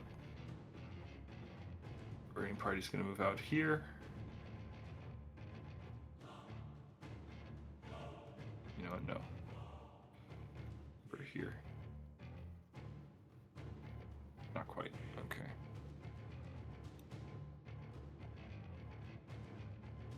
These guys are gonna run this way. I'm gonna try to cut them off. You gotta run. The map is These big guys enough are where I didn't notice the enemies above. You can Yeah, run that. right. I scrolled up one. I was like, oh shit, they're right there. Yes, they are. Okay. All right. That's all of those guys. Oh, actually, hang on. That sounds so hurt. Okay, Domingo. You are up. Orcs on deck. Okay. There's a crowd of people. The crowd hasn't gone yet. You go before the crowd. But Domingo, if this crowd runs over you, I will tell you, it is going to become very difficult terrain for you to move around. Yep, You could nope, get swept absolutely up in the fair. crowd. I would say towards me, Max. Oh, yeah. These guys are running. They're out. So is this like a puddle or something like that? Yeah, it's an What old is that? fountain. Yeah, it's an old sewer fountain kind of thing. It looks like it was connected to whatever sewage system goes underneath this ledge and just kind of Okay. passing through, making its way towards what was the river. Do you jump in the sewage? I love that you Domingo? said sewage. You could have kept it a fountain, but you said sewage. Props. I did. I Yeah, know. I was fountain. really. What kind of city is this? What kind of Props. freaking city is this right now? Floaters a about. broken one. Do you So how jump deep into the is- sewage? How deep is that? Let's just say. You don't know. It's dark water. You're gonna get deep. Yep, deep in shit. Yeah, all right, we're not doing that. But think about the stories. A strong leader willing to take shit from anything. Literally. I'm going to use warp step. Yeah. So- Okay. Fair enough. Much better option. So it I have does magic. give me yeah, screw no. I'm going to essentially, it gives me a stride, but I'm going to use one of them as a climb. Okay. So I'm going to climb down this guy here. Okay. So, and that's what, half speed, right? Speed, correct. So there's like an action. Yep. So I go down there, and then I've got another 30 feet. So I'll head there. And then can I see across here? You know what? I'm gonna give her half cover. You can kind of make it out. Yeah, she has a bonus right now. Okay. I think the clumsy's over, right? Clumsy ended on her turn. Correct. Yeah. Yeah, so her AC's back up to normal. So yeah, she's got half cover. Okay. So she got a plus 2 to her AC right now. It's probably like 23 or 24, would be my guess. All right. I think I'm going to cast shield on myself. Okay. With my Any last flavor action. for your shield spell? Any flavor? So give us the warp step. The warp step into shield casting. Yeah. So the warp step, essentially, I see this crowd like run, and then I'm like, I just turn halfway and I run down the wall. Just hit the ground, and I'm just trying to keep up with Fenrir right now. I'm hauling, and then after I see it, I kind of take a scan around, and I'm just seeing chaos, all this other stuff. I'm like, huh.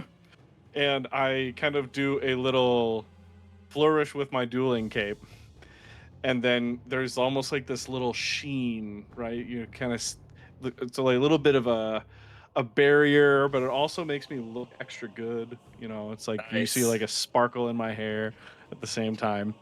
You applied a filter. But that gives me Nice. 1+1 AC. Sick. Okay, nicely done, Domingo. All right, Orc is up. War Chief's first. He is using all his actions to get to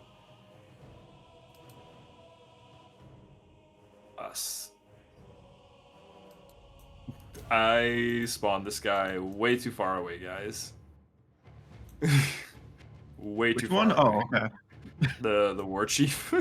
He's like way on the north side of the map. Okay. Didn't realize it was a cardio day. Right? Yeah. These guys are gonna come down. They're gonna throw some javelins into these guys. Okay. These guys are gonna move up. We're gonna get a flank here, and we're gonna get a better LOS there. These conscripts are dead. Okay. That was the scrappers. Okay, useless townsfolk are up. Useless townsfolk are going to use their full movement. Yeah. They're going to go ahead and jump and run this way. Fenrir, you are large, so you have an you'll have a bonus against this. Like a circumstance bonus. Yeah. But well, I'm gonna give them. Yeah. Let's see. No, Are they they trying are to not run him able to over? move you. Yeah, they're trying to run him over, but they are not able to. They're all just kind of running into him. So I'm gonna say they actually stop here. That ends their movement as they run up against you, Fenrir. They were trying to kind of make their way tuck in, and because they see more they like run this way, they see the conscripts here, and then they realize like, oh shit, let's try the they're just trying to make their way around. Okay, Fenrir, you are up. The conscripts are in your way. There is also a sewer that Well, those are is the like useless villagers, aren't they? oh yeah, sorry, Not those are the conscripts? useless townsfolk. Okay. Yeah.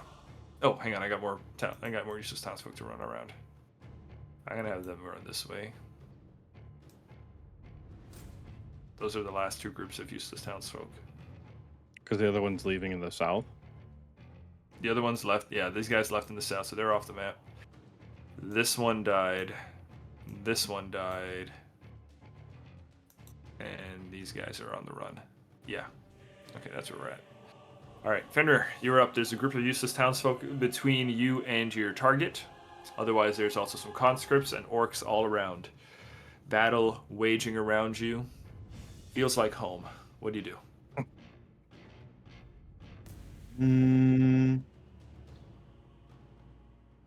I couldn't go directly through them. Is that right?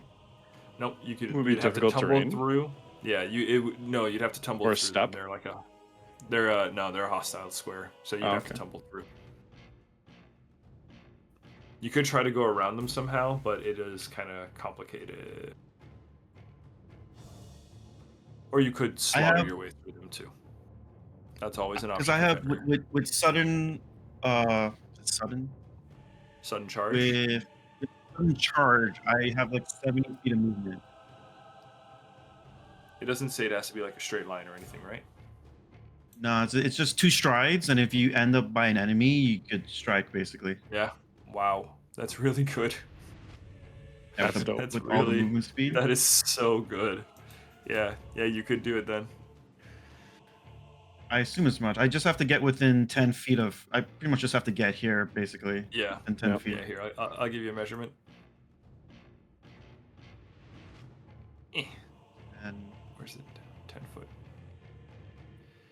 I'll get to here. I'll just like circle around the crowd because I see it's too much. It's way too Yeah. much to finish in a short time period we're in. Yeah. I don't have time for this. Yeah, it's just Fenrir's taking his giant sword, just shoving people aside. And even though, yeah, so okay, 2, and then I gotta try go for a strike here. All right, hit him. Out of a sudden charge. Come on, money.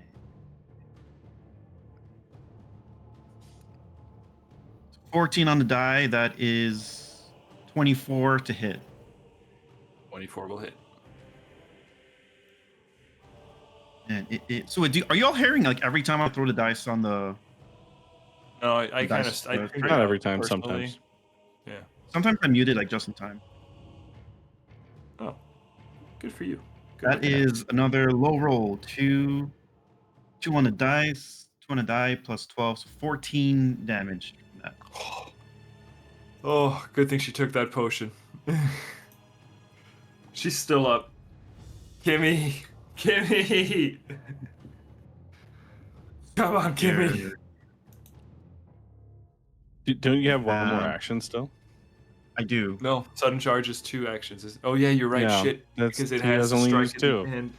It's Mhm. 2 strides and a strike. Mm. What a busted ability. Back in the day, like in 3.5, Max, do you remember you used to say it had to be in a straight line?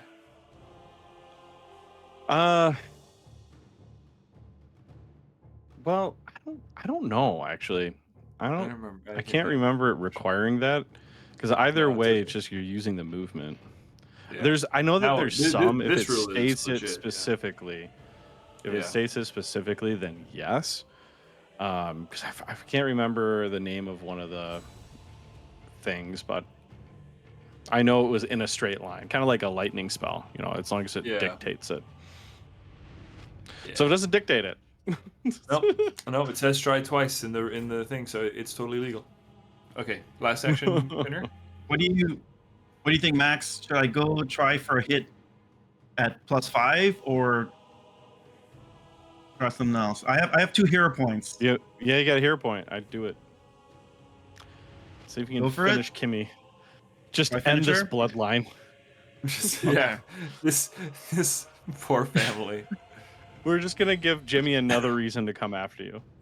Yeah, Or did Jimmy make it? I can't remember. I know we don't know. we told him not that he was gonna make it, but we don't know because the building fair. building came down as you guys were taking off. So who knows if you got out? good point. Jimmy's probably dead. All right. Doing this His first whole roll. family.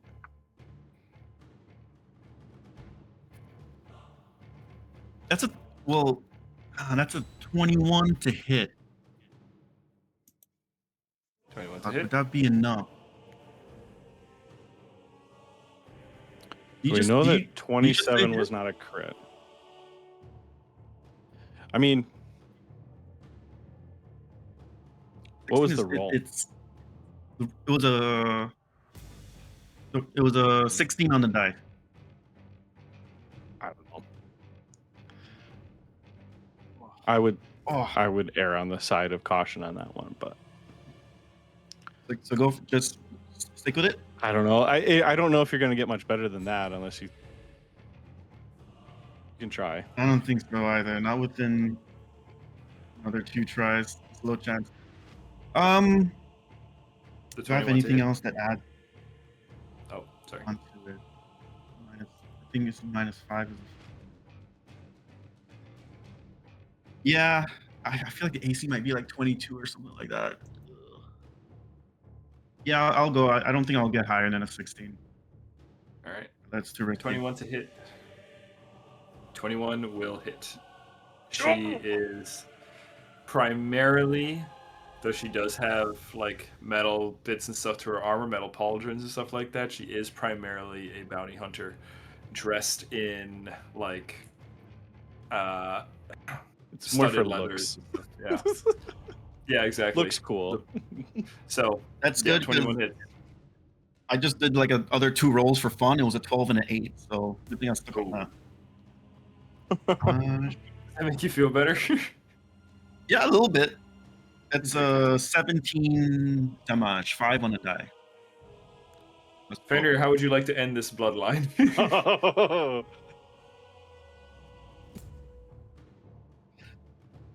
Tell Timmy I said hello. And I'll go for it. Drag down the center. Oh no. She's running away like a horror movie. She drinks the potion and she just leaning up against the railing, bleeding, the crowd rushing past her. And she kind of smirks to herself, thinking, there's no way he's gonna get around that. And then Fenrir just epically charges around the group, swings low, right? Takes her out at the knees, and as she's on her hands and knees, just like looking up at you, you say, tell Timmy. What was The it? worst Timmy, part? yeah.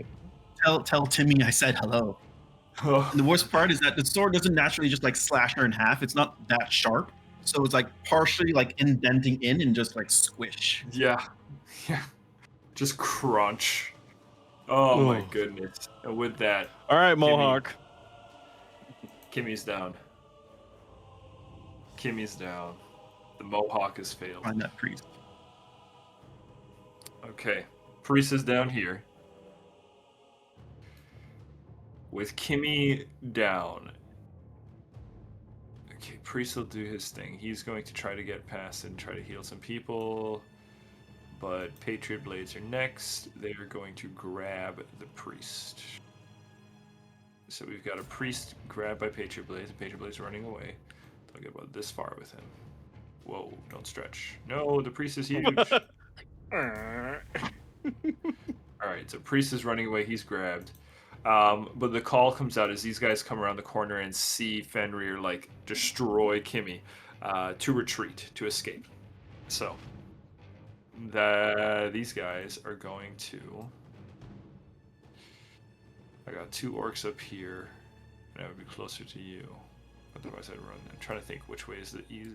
they're going to run south. We're going to go south. Actually, you know what? I'm going to have them use 1 action to get down there, and then 2 actions. They are going to use ready fire. So they're going to draw or reload their crossbows as they're moving up, and then they're going to launch a range attack in a volley in a 10-foot burst. And they are going to focus that on Domingo. 10-foot burst. Hang on, I'm trying to think. Actually, would they focus it on Domingo? I'm trying to think, because they might want to focus it on Fenrir. He's still giant, and they have the high ground. They just saw him take out Kimmy. There is concern that he would turn and fight. And these are mercenaries, so they know Fenrir. So no, I think they're going to focus Fenrir. So ready fire. They're going to shoot at Fenrir. Fenrir, I need a reflex saving throw from you. Did you say they have a high ground? Yeah. The ones up above. Yeah, it's the ones Oh, north. It's not the ones I'm to the looking at south. the of wrong them. group. Yeah, I'm looking at the wrong group. Sorry. You silly boy.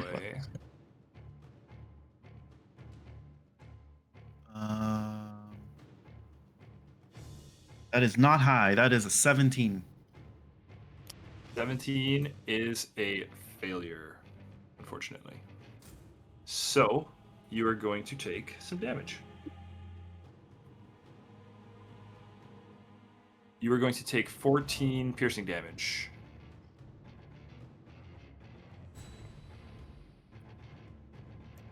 Seems like a healing As you round. see, as Domingo, you see a volley of crossbow bolts and slings arrows just flying across towards Fenrir's direction. And in a 10-foot burst, actually, they're all, because Fenrir is enlarged, Fenrir, you're just now sprouting arrows and bolts. They're just lodged into your back. Okay. That's them. Raiding party's up. Raiding party's going to close the distance. They don't really care about the townsfolk who are running away. So they are going to use 2 actions to get here. We're going to close in here on these guys. Yeah, raiding party's going to close in on these guys. Okay. Those guys are fighting. Conscripts are up. Conscripts are going to run down this way, run into Fenrir, and they are going to use 2 actions to use their indiscriminate assault. So they are just going to lash out each creature. I need a basic reflex save from you again, Fenrir.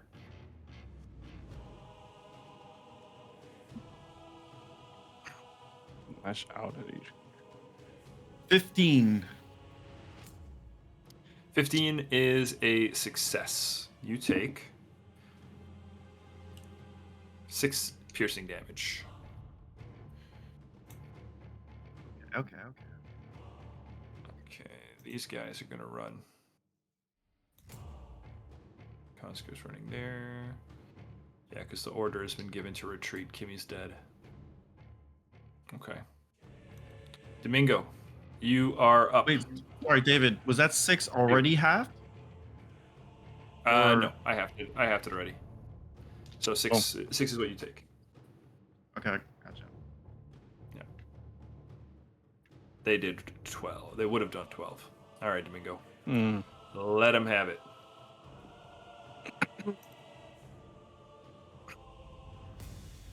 So Heinrich right now is in the grips of all these mercenaries, but there's a crowd of people looking to run away. And now that Fenrir is gone, they're thinking about plowing through you. Domingo's just running from Right. peasants this whole session. this whole time, it's always the peasantry, man. So I am going to use Warp Step again These guys are pretty good. and essentially move next to Fenrir, Okay. but also conveniently located next to the spillway, the sewage. And I'm going to use my last action. Can I use it to... I'm trying to remember. Would I have to hand him the potion, or can I give him the potion? You could pour it in his mouth. Actually, no, he's tall, so you'd have to give it to him. Okay. Then yeah, I'm going to just essentially give him put that other potion on his person. Okay. Interact action. We'll just say, Fenrir, you have a healing potion now. You have a second healing potion. Okay. Okay. All right. So, and that is what I got. Okay. Oh my! All right, That War healing Chief. potion now. War Chief is up.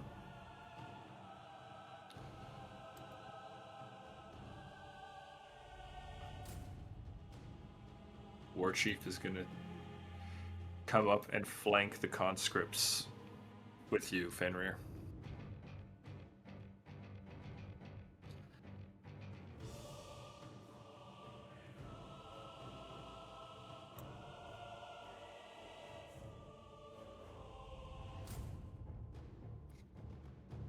Oh, I forgot about this raiding party too. Actually, they're going to go down this way.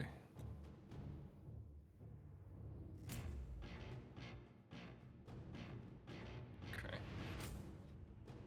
All right. Townsfolk. This group got away. This group Good for them. is going. Yeah, right. This group is going. There's to still run one this- more. Yeah. But see, the bad guys are in this direction too. Which way do we run?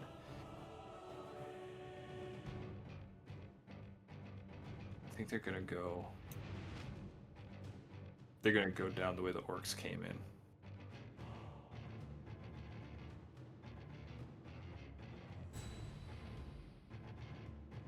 We'll just say they get to the other side of the pillar. Okay. Yeah. They're just looking to get off the map. All right. Yep. Fenrir, you are up.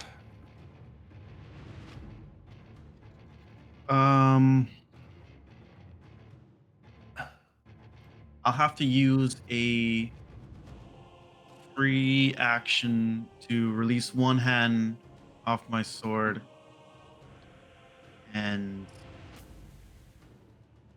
Then interact and drink. yeah, That's 2. drink that potion. Okay. To it's a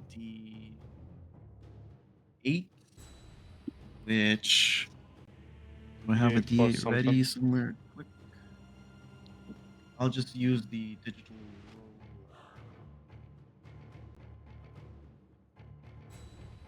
That's right. We only give you guys D20s. You only got fancy D20s. Okay. That's your blood Blood. dice. Blood. Blood. Oh, look, it's a natural 1. Oh no! Wait a second. We gotta get the good one. There we go. Nice suit. Okay. What's my movement here? I think you're okay for now. Domingo, you just have to kind of follow me. We have to go after this priest. So that's 2 actions, and then I'm just gonna get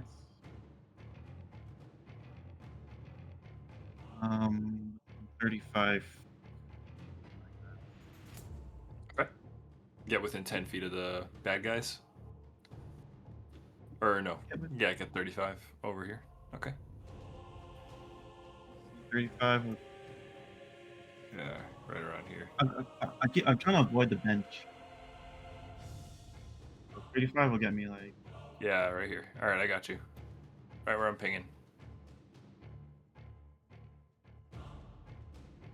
Nice. Yep. Okay.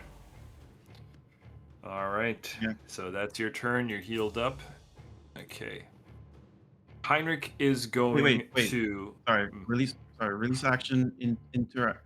Was it interact because that's to take the potion and drink potion? Was that the 2? Correct. Yeah. Okay, then Correct. movement. And then movement. Yep.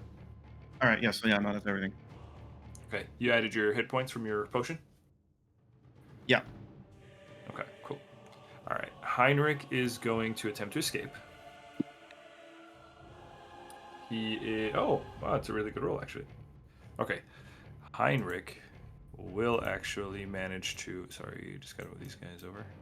No, Heinrich, don't stretch. Okay. Heinrich is going to, manage to escape. And he's going to.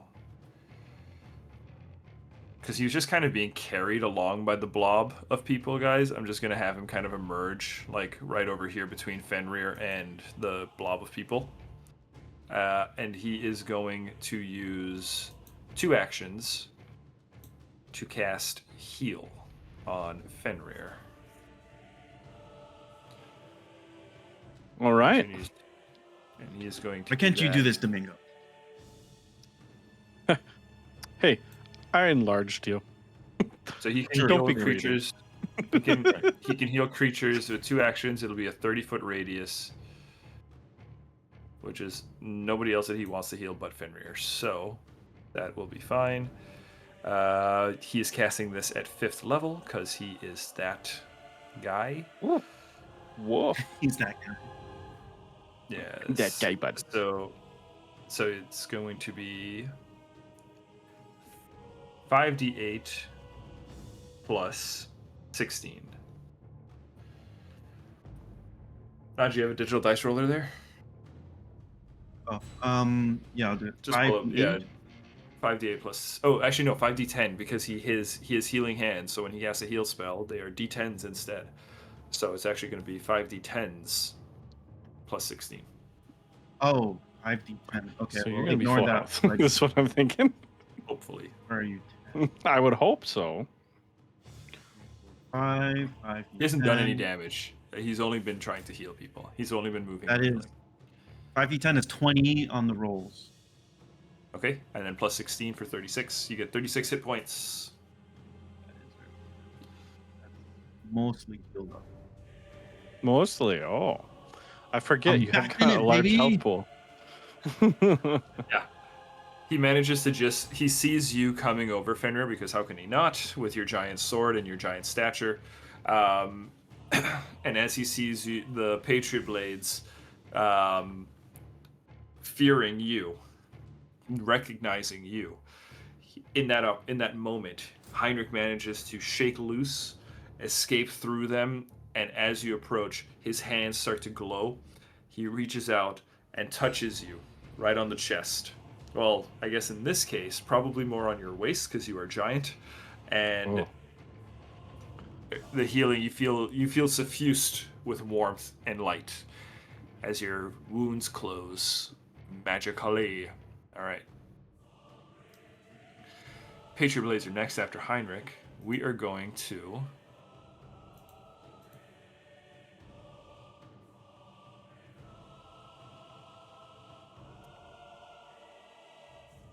oh boy.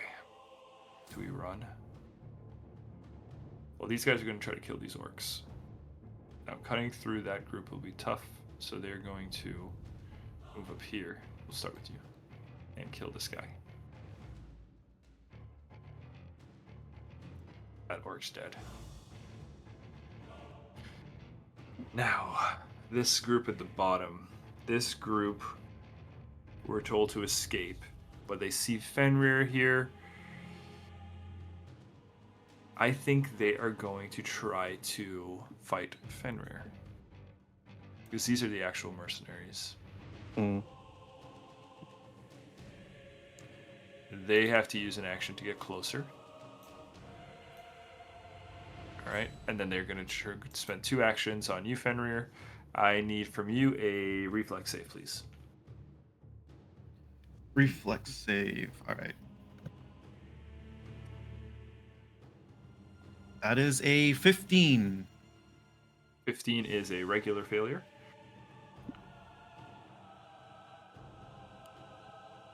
You do have hero whatchamacallits. That's 21 slashing damage to you. Otherwise, I do, but I feel like I have to save those to get back up alive. All right. Take the 21. alright. Yeah, take the 21. Yeah. Okay. Okay, cool. Raiding party's up. They're gonna go in. These Patriot Blades are dead. These guys are gonna regroup down here and start attacking the conscripts.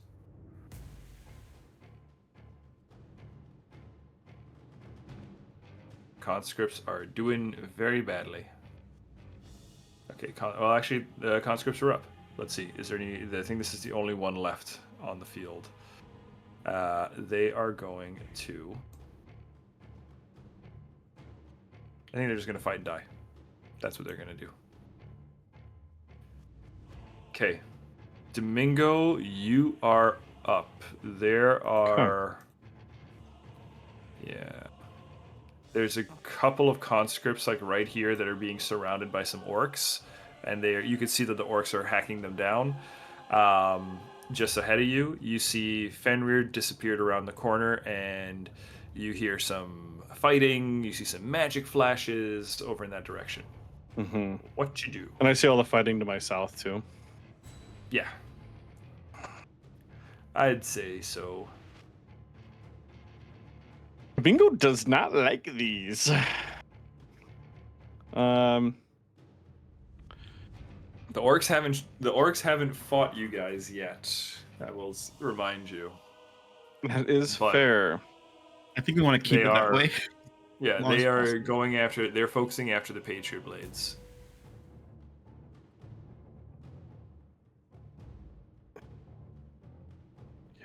Okay. What I'm going to do is use one action to move, second action to cast Grease on that other group of Nice. these guys. Nice. I think I roll a reflex against grease, don't I? Yep, it's That a sounds like- reflex. All right. Well, I rolled it, and I rolled pretty bad. It's a 19 you have to beat. It is a 19. I did beat it. 21 is what I got. Yep. So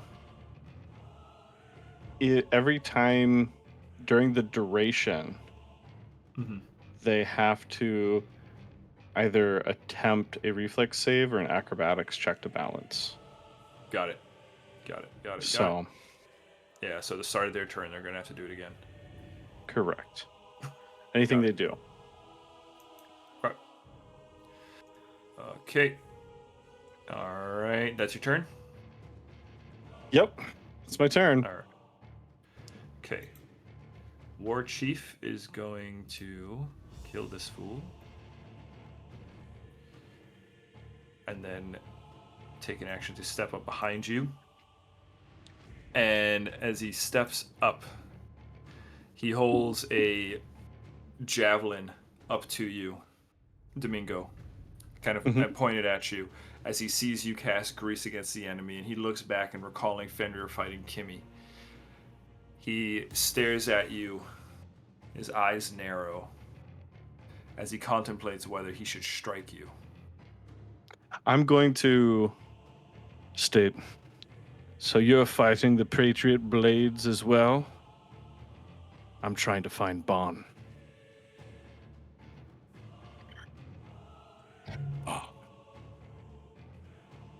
He lowers the javelin. All right. Guys, I think at this point, it's safe to say that there's just one last mercenary group. There's just like a couple mercenary groups. Fenrir, I will give you the pleasure of. Do you want to take out this group of mercenaries? We'll just jump to your turn because townsfolk are done.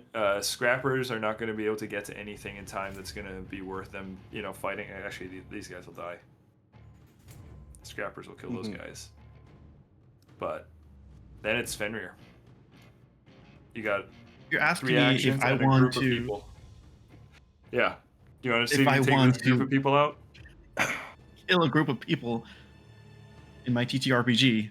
The answer's always yes. All right, go for it. They are greasy. They are a greasy, are. greasy group of people. They're not getting away. The first thing I'll try for the fun of it is I'm just gonna do a demoralizing shout, Okay. shouting at them saying, "You should have run!" just before I strike to see if that All right. causes anything. Let's see. That's a 15 on an intimidation 15 on the intimidation. against. 15, unfortunately, is a failure. And for this, I'm just gonna do a intimidating strike for the funsies. All right. Use my first hero point of the day. First? Is that your first? It is. Yeah, Oh. I haven't used one just He yet. thought about it. I and thought then he about didn't using it use before. Yeah, that's right. That's right. 27. 27 to hit. 27 will certainly hit. And as I strike fair, because on this hit they become frightened 1. Okay. Where are you? Nice. Good roll too. That's 19 damage. 19. They are now frightened. And they're frightened 1. Okay. I think do you have one more action left, or is that 2 actions? Those 2. Okay. So they can now choose which way they want to die from the orcs. Render. It's up to them. Heinrich's up after you, actually. And Heinrich is going to heal them. And you? And you, yeah. We're going to do another healing emanation. So anybody that's injured, Heinrich's going to heal everybody. Patriot Blades are going to take this chance with the healing. I think, that strike you still hurt a lot of them. But they're gonna run. They're gonna run. They're gonna go down this way. They're gonna run into some orcs. Fenrir, do you give chase? No. Okay. Then there is a skirmish as they try to fight their way through the orcs, but that's going to kind of happen in the backdrop as Heinrich turns to the two of you. And we'll say combat is over at this point. Right. As the orcs go ahead, take care of that last party. Those guys kind of run away. The orcs chase after them into the ruins of the city. The war chief looks at you, Domingo. Mm-hmm. And he says, just as Heinrich is turning towards you all, but he looks at you, looks at the death and the carnage that's left in this part of the city, and says, "Go home." You don't have to tell me twice. I appreciate your assistance this day. The Patriot Blades must be stopped. Baan will die. Baan will die. And he's going to depart. Him and his troops of orcs, after just rolling through, slaughtering a bunch of Patriot Blades. Red Hessel in this era is a rather contentious era, rather contentious time. Heinrich, though, the two of you do manage to find him. He looks around, just appalled by the death and the carnage that has transpired. He shakes his head.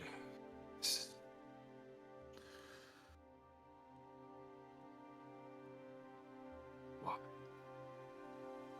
This is so unnecessary. It doesn't have to be like this. You're right. Thank you.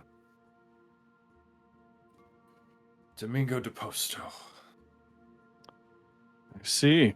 You recognized me. Of course. You survived the events of the Liberty Citadel. I'm happy to see that. So am I. Someone must... I don't know, maybe it's the fate of the gods, but they've determined that I am to survive, and I'm taking that as a mandate to make Red Hessel great again. Yeah.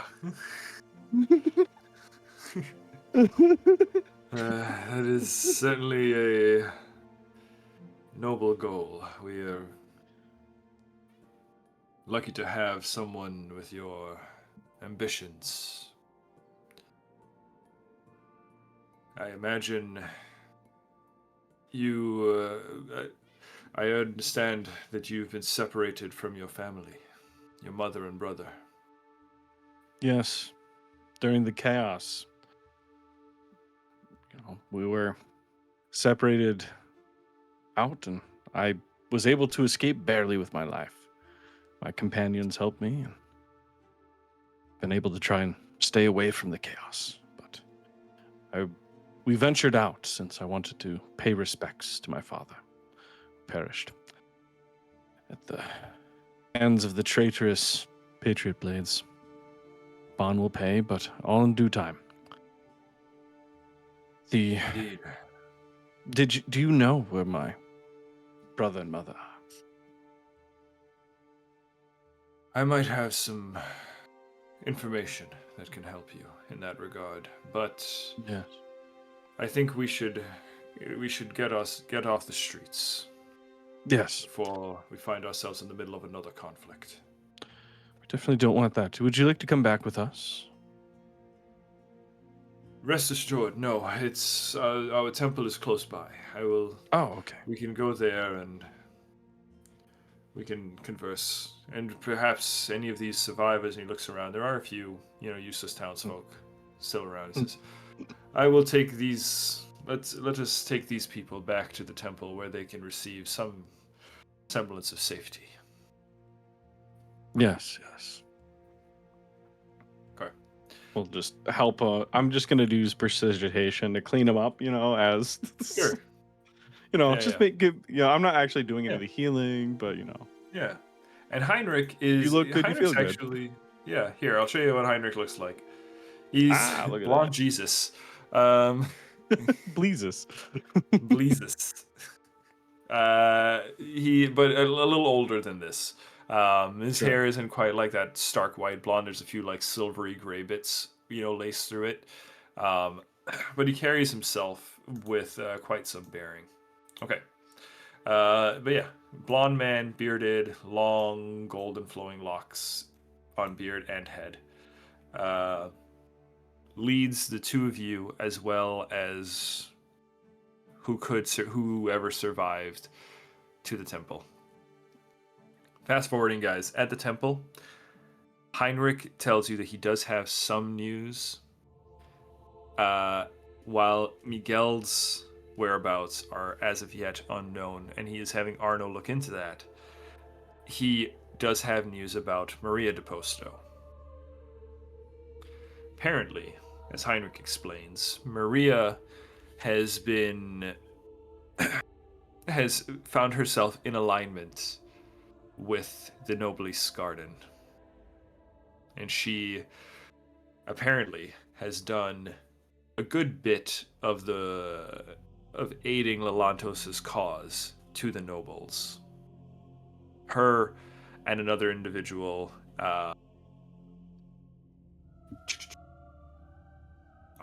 Athena Alra.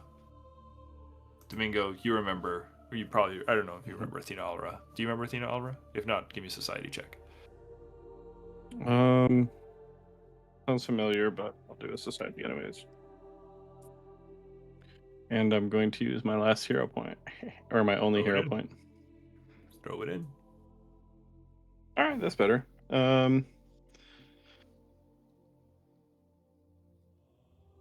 I rolled a 10 on the first one, so 14 plus 6. So that's a dirty 20. Dirty 20. All right. Dirty 20 is good. That's a crit success. With the crit success, you remember two things. One, Athena Alra is the name of Kaldor's mother. Two, you know that Alra Hall is her residence, one of the older manors in the steppes.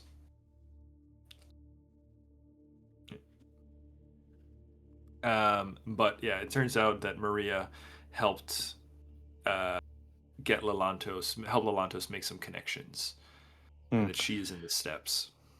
So, would Domingo remember if Athena is more? Because like a lot of the nobles, either liked him or they didn't like him. Like it was not like a lot of. Sure. It was either disdain or, there's kind of two camps. Yeah, she was quite an ally of Caleb's until the decision to bring the prisoners from Tempest Scary into the city. She really did not like that. She was very much against that. Things soured. The relationship soured thereafter. Gotcha, and it was around then. And I think with your crit success of society earlier, that was around the time when she started to get close to Lelantos. Gotcha. Okay. Yeah. And then, So, if nothing else for me, after he's done talking to Domingo, at least after the end of that, I'm gonna say, I need information, priest. Have you heard what happened in Bosford? I know that the town was destroyed in the last wave, was it not? Just before that, Baan was there. I was with him. The Patriots Blades was there to help out with various skirmishes, but one night when came back on patrol into the town, everyone was dead. And Baan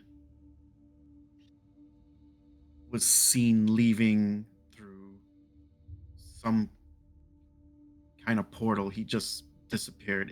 It seemed demonic in a way.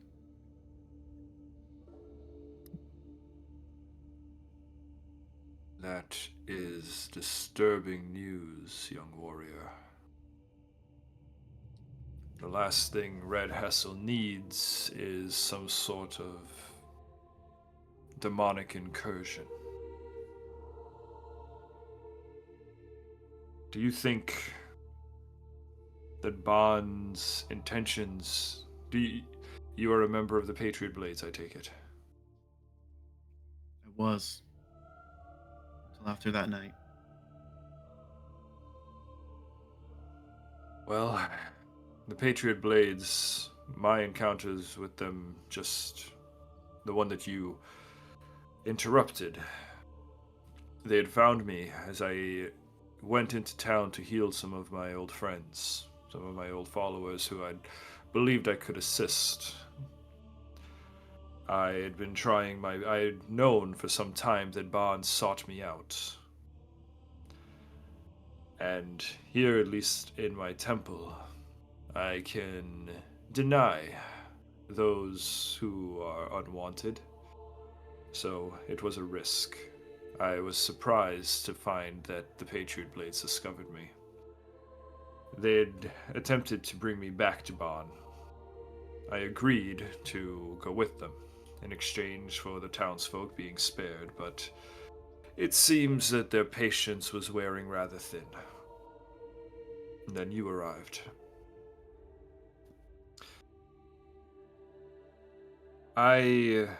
The one in charge, this mercenary named Kimmy, the one that you slew, she let slip Baan sought information about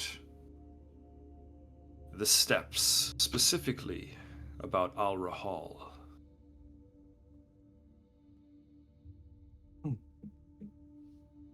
Alra Hall.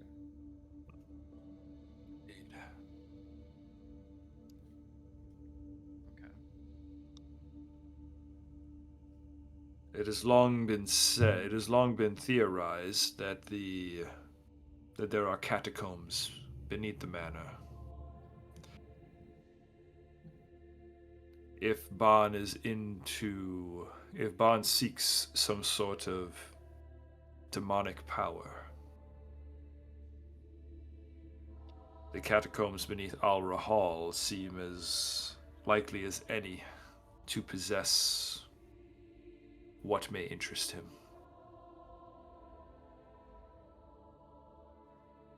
That's the best lead I've had in weeks. Thank you for your help, priest. Of course. But be warned, young warrior. If you manage to recover from Al-Rahal that which Baan seeks, it will draw his attention to you.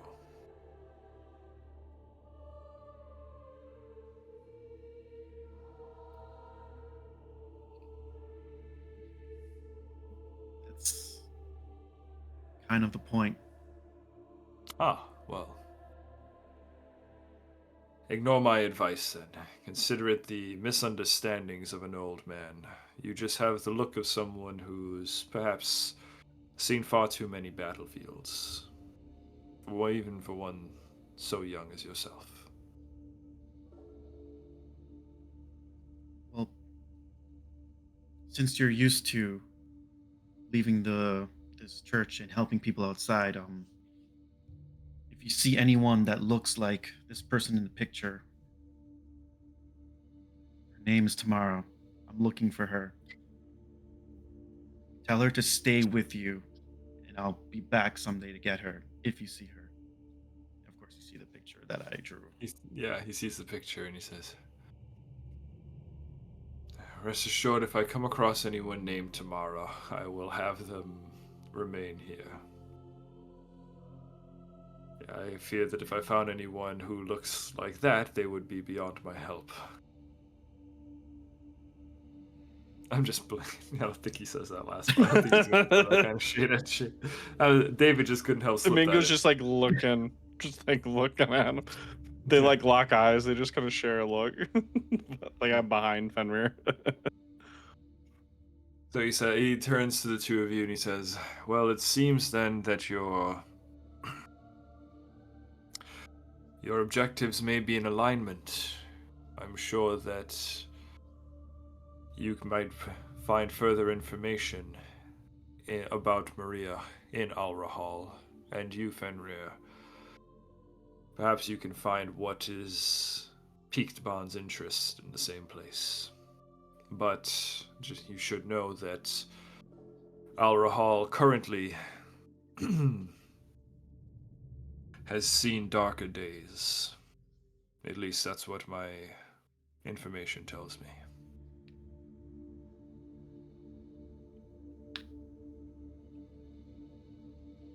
Well, I think at this point I'm going to do like a quarter turn, and then with my back slightly facing him, but my head like this because it looks cool. I'm gonna say, "Are you sure you want to stay here, priest? Patriot blades are gonna be back. Oh, fuck it! I messed up my cool moment. The Patriots Don't worry. blades are gonna be back to get you someday."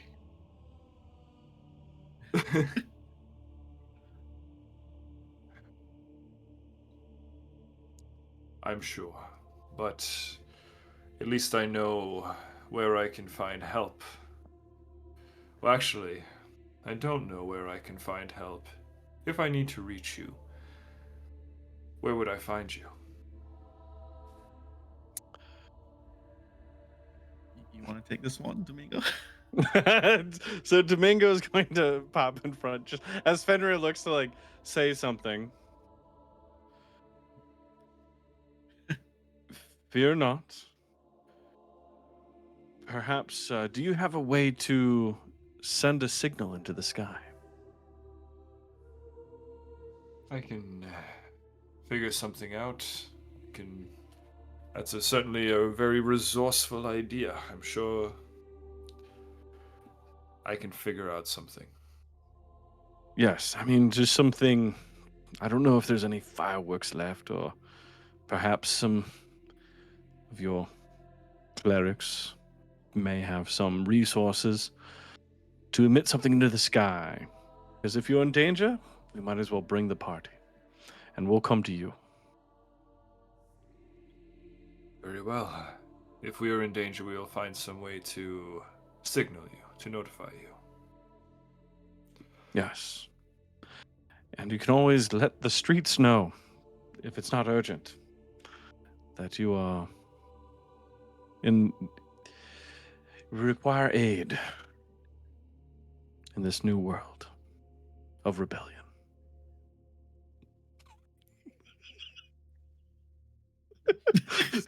Mic drop. I mean, here's the thing. Like, I'm okay to end the session there, but I just want to conceptually understand what you're telling them. Just let the streets know to shoot fire into the sky if they need help. No, like this, the second part, like if it's an emergency, you like shoot fireworks or whatever off.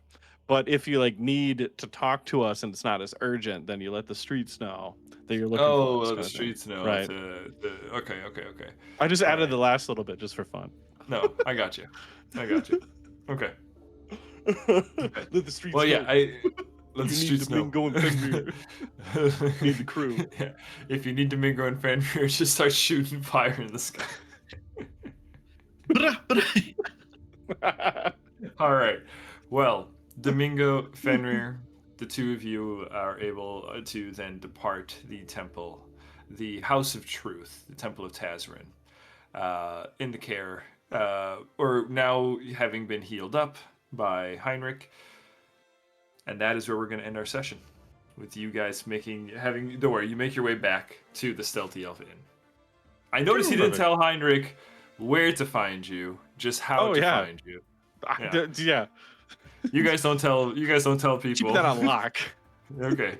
You do realize that Isfit has been like telling people about the inn, right? Oh, I did not. I did not realize that. Yeah, he's an information broker and he supplies food. Well, yeah, and but I stuff. didn't know he was telling them where our hidden base is. You know, it's kind of a little bit of a front. But I think, definitely doesn't have to necessarily be that he's telling people that Domingo de Posto lives there. That's a good point. Yeah. So maybe I'll say like quote, unquote, unaffiliated. Yeah. Maybe you'll have an alias. Maybe you should come up with a different name. I don't know. Sabado. I'll let you figure that out. Mingo of Costo. Yeah. There you go. All right. Instead of Mip, it's Mingo. You're right. Instead of Mip, it's just Mingo. All right, guys. So, Mingo. Good job. That was our little reintroduction to these characters. You guys got to do some combat, got to game it up a little bit. I think it was a good call not to antagonize the orcs. I don't know if you guys had done that purposely, but smart move. I just didn't want to die. We would have been here a long time. Run. Yeah. Like, yeah, screw those guys. They're the worst. Yeah, screw those Patriot Blades guys. All right. Well, friends, good. Just so you know, going into the next session on, what is that day? When is session 2? Is that November 1st? Yeah, November 1st. You guys will be level 4. So go ahead, level yourselves up, and be ready for that one. Friends, if you've been hanging out with us, thank you so much for watching. Thank you so much for sticking with us. Definitely check us out next week as we have the last duo, maybe with a special guest appearance, over with Amanita and Hazel, our witchy duo. So definitely check us out next week with that session. And again, maybe a special guest appearance. But if you want to see more of Domingo and Fenrir, these two lovely gentlemen, these two problems, you're going to have to catch us on November 1st for session 2 of New World Rebellion. All right. Guys, anything you want to say before we head out? Can't wait to kill more enemies. And can't wait to kill more the best. Hashtag Deposto 2028. Or what year is it? 1000. Deposto 1000. Deposto 1000? Yeah. Deposto 1K. All right. Okay, guys, check us out on all the socials. Give us follows, likes, and we will see you next week. Have a good week. Bye-bye. Bye.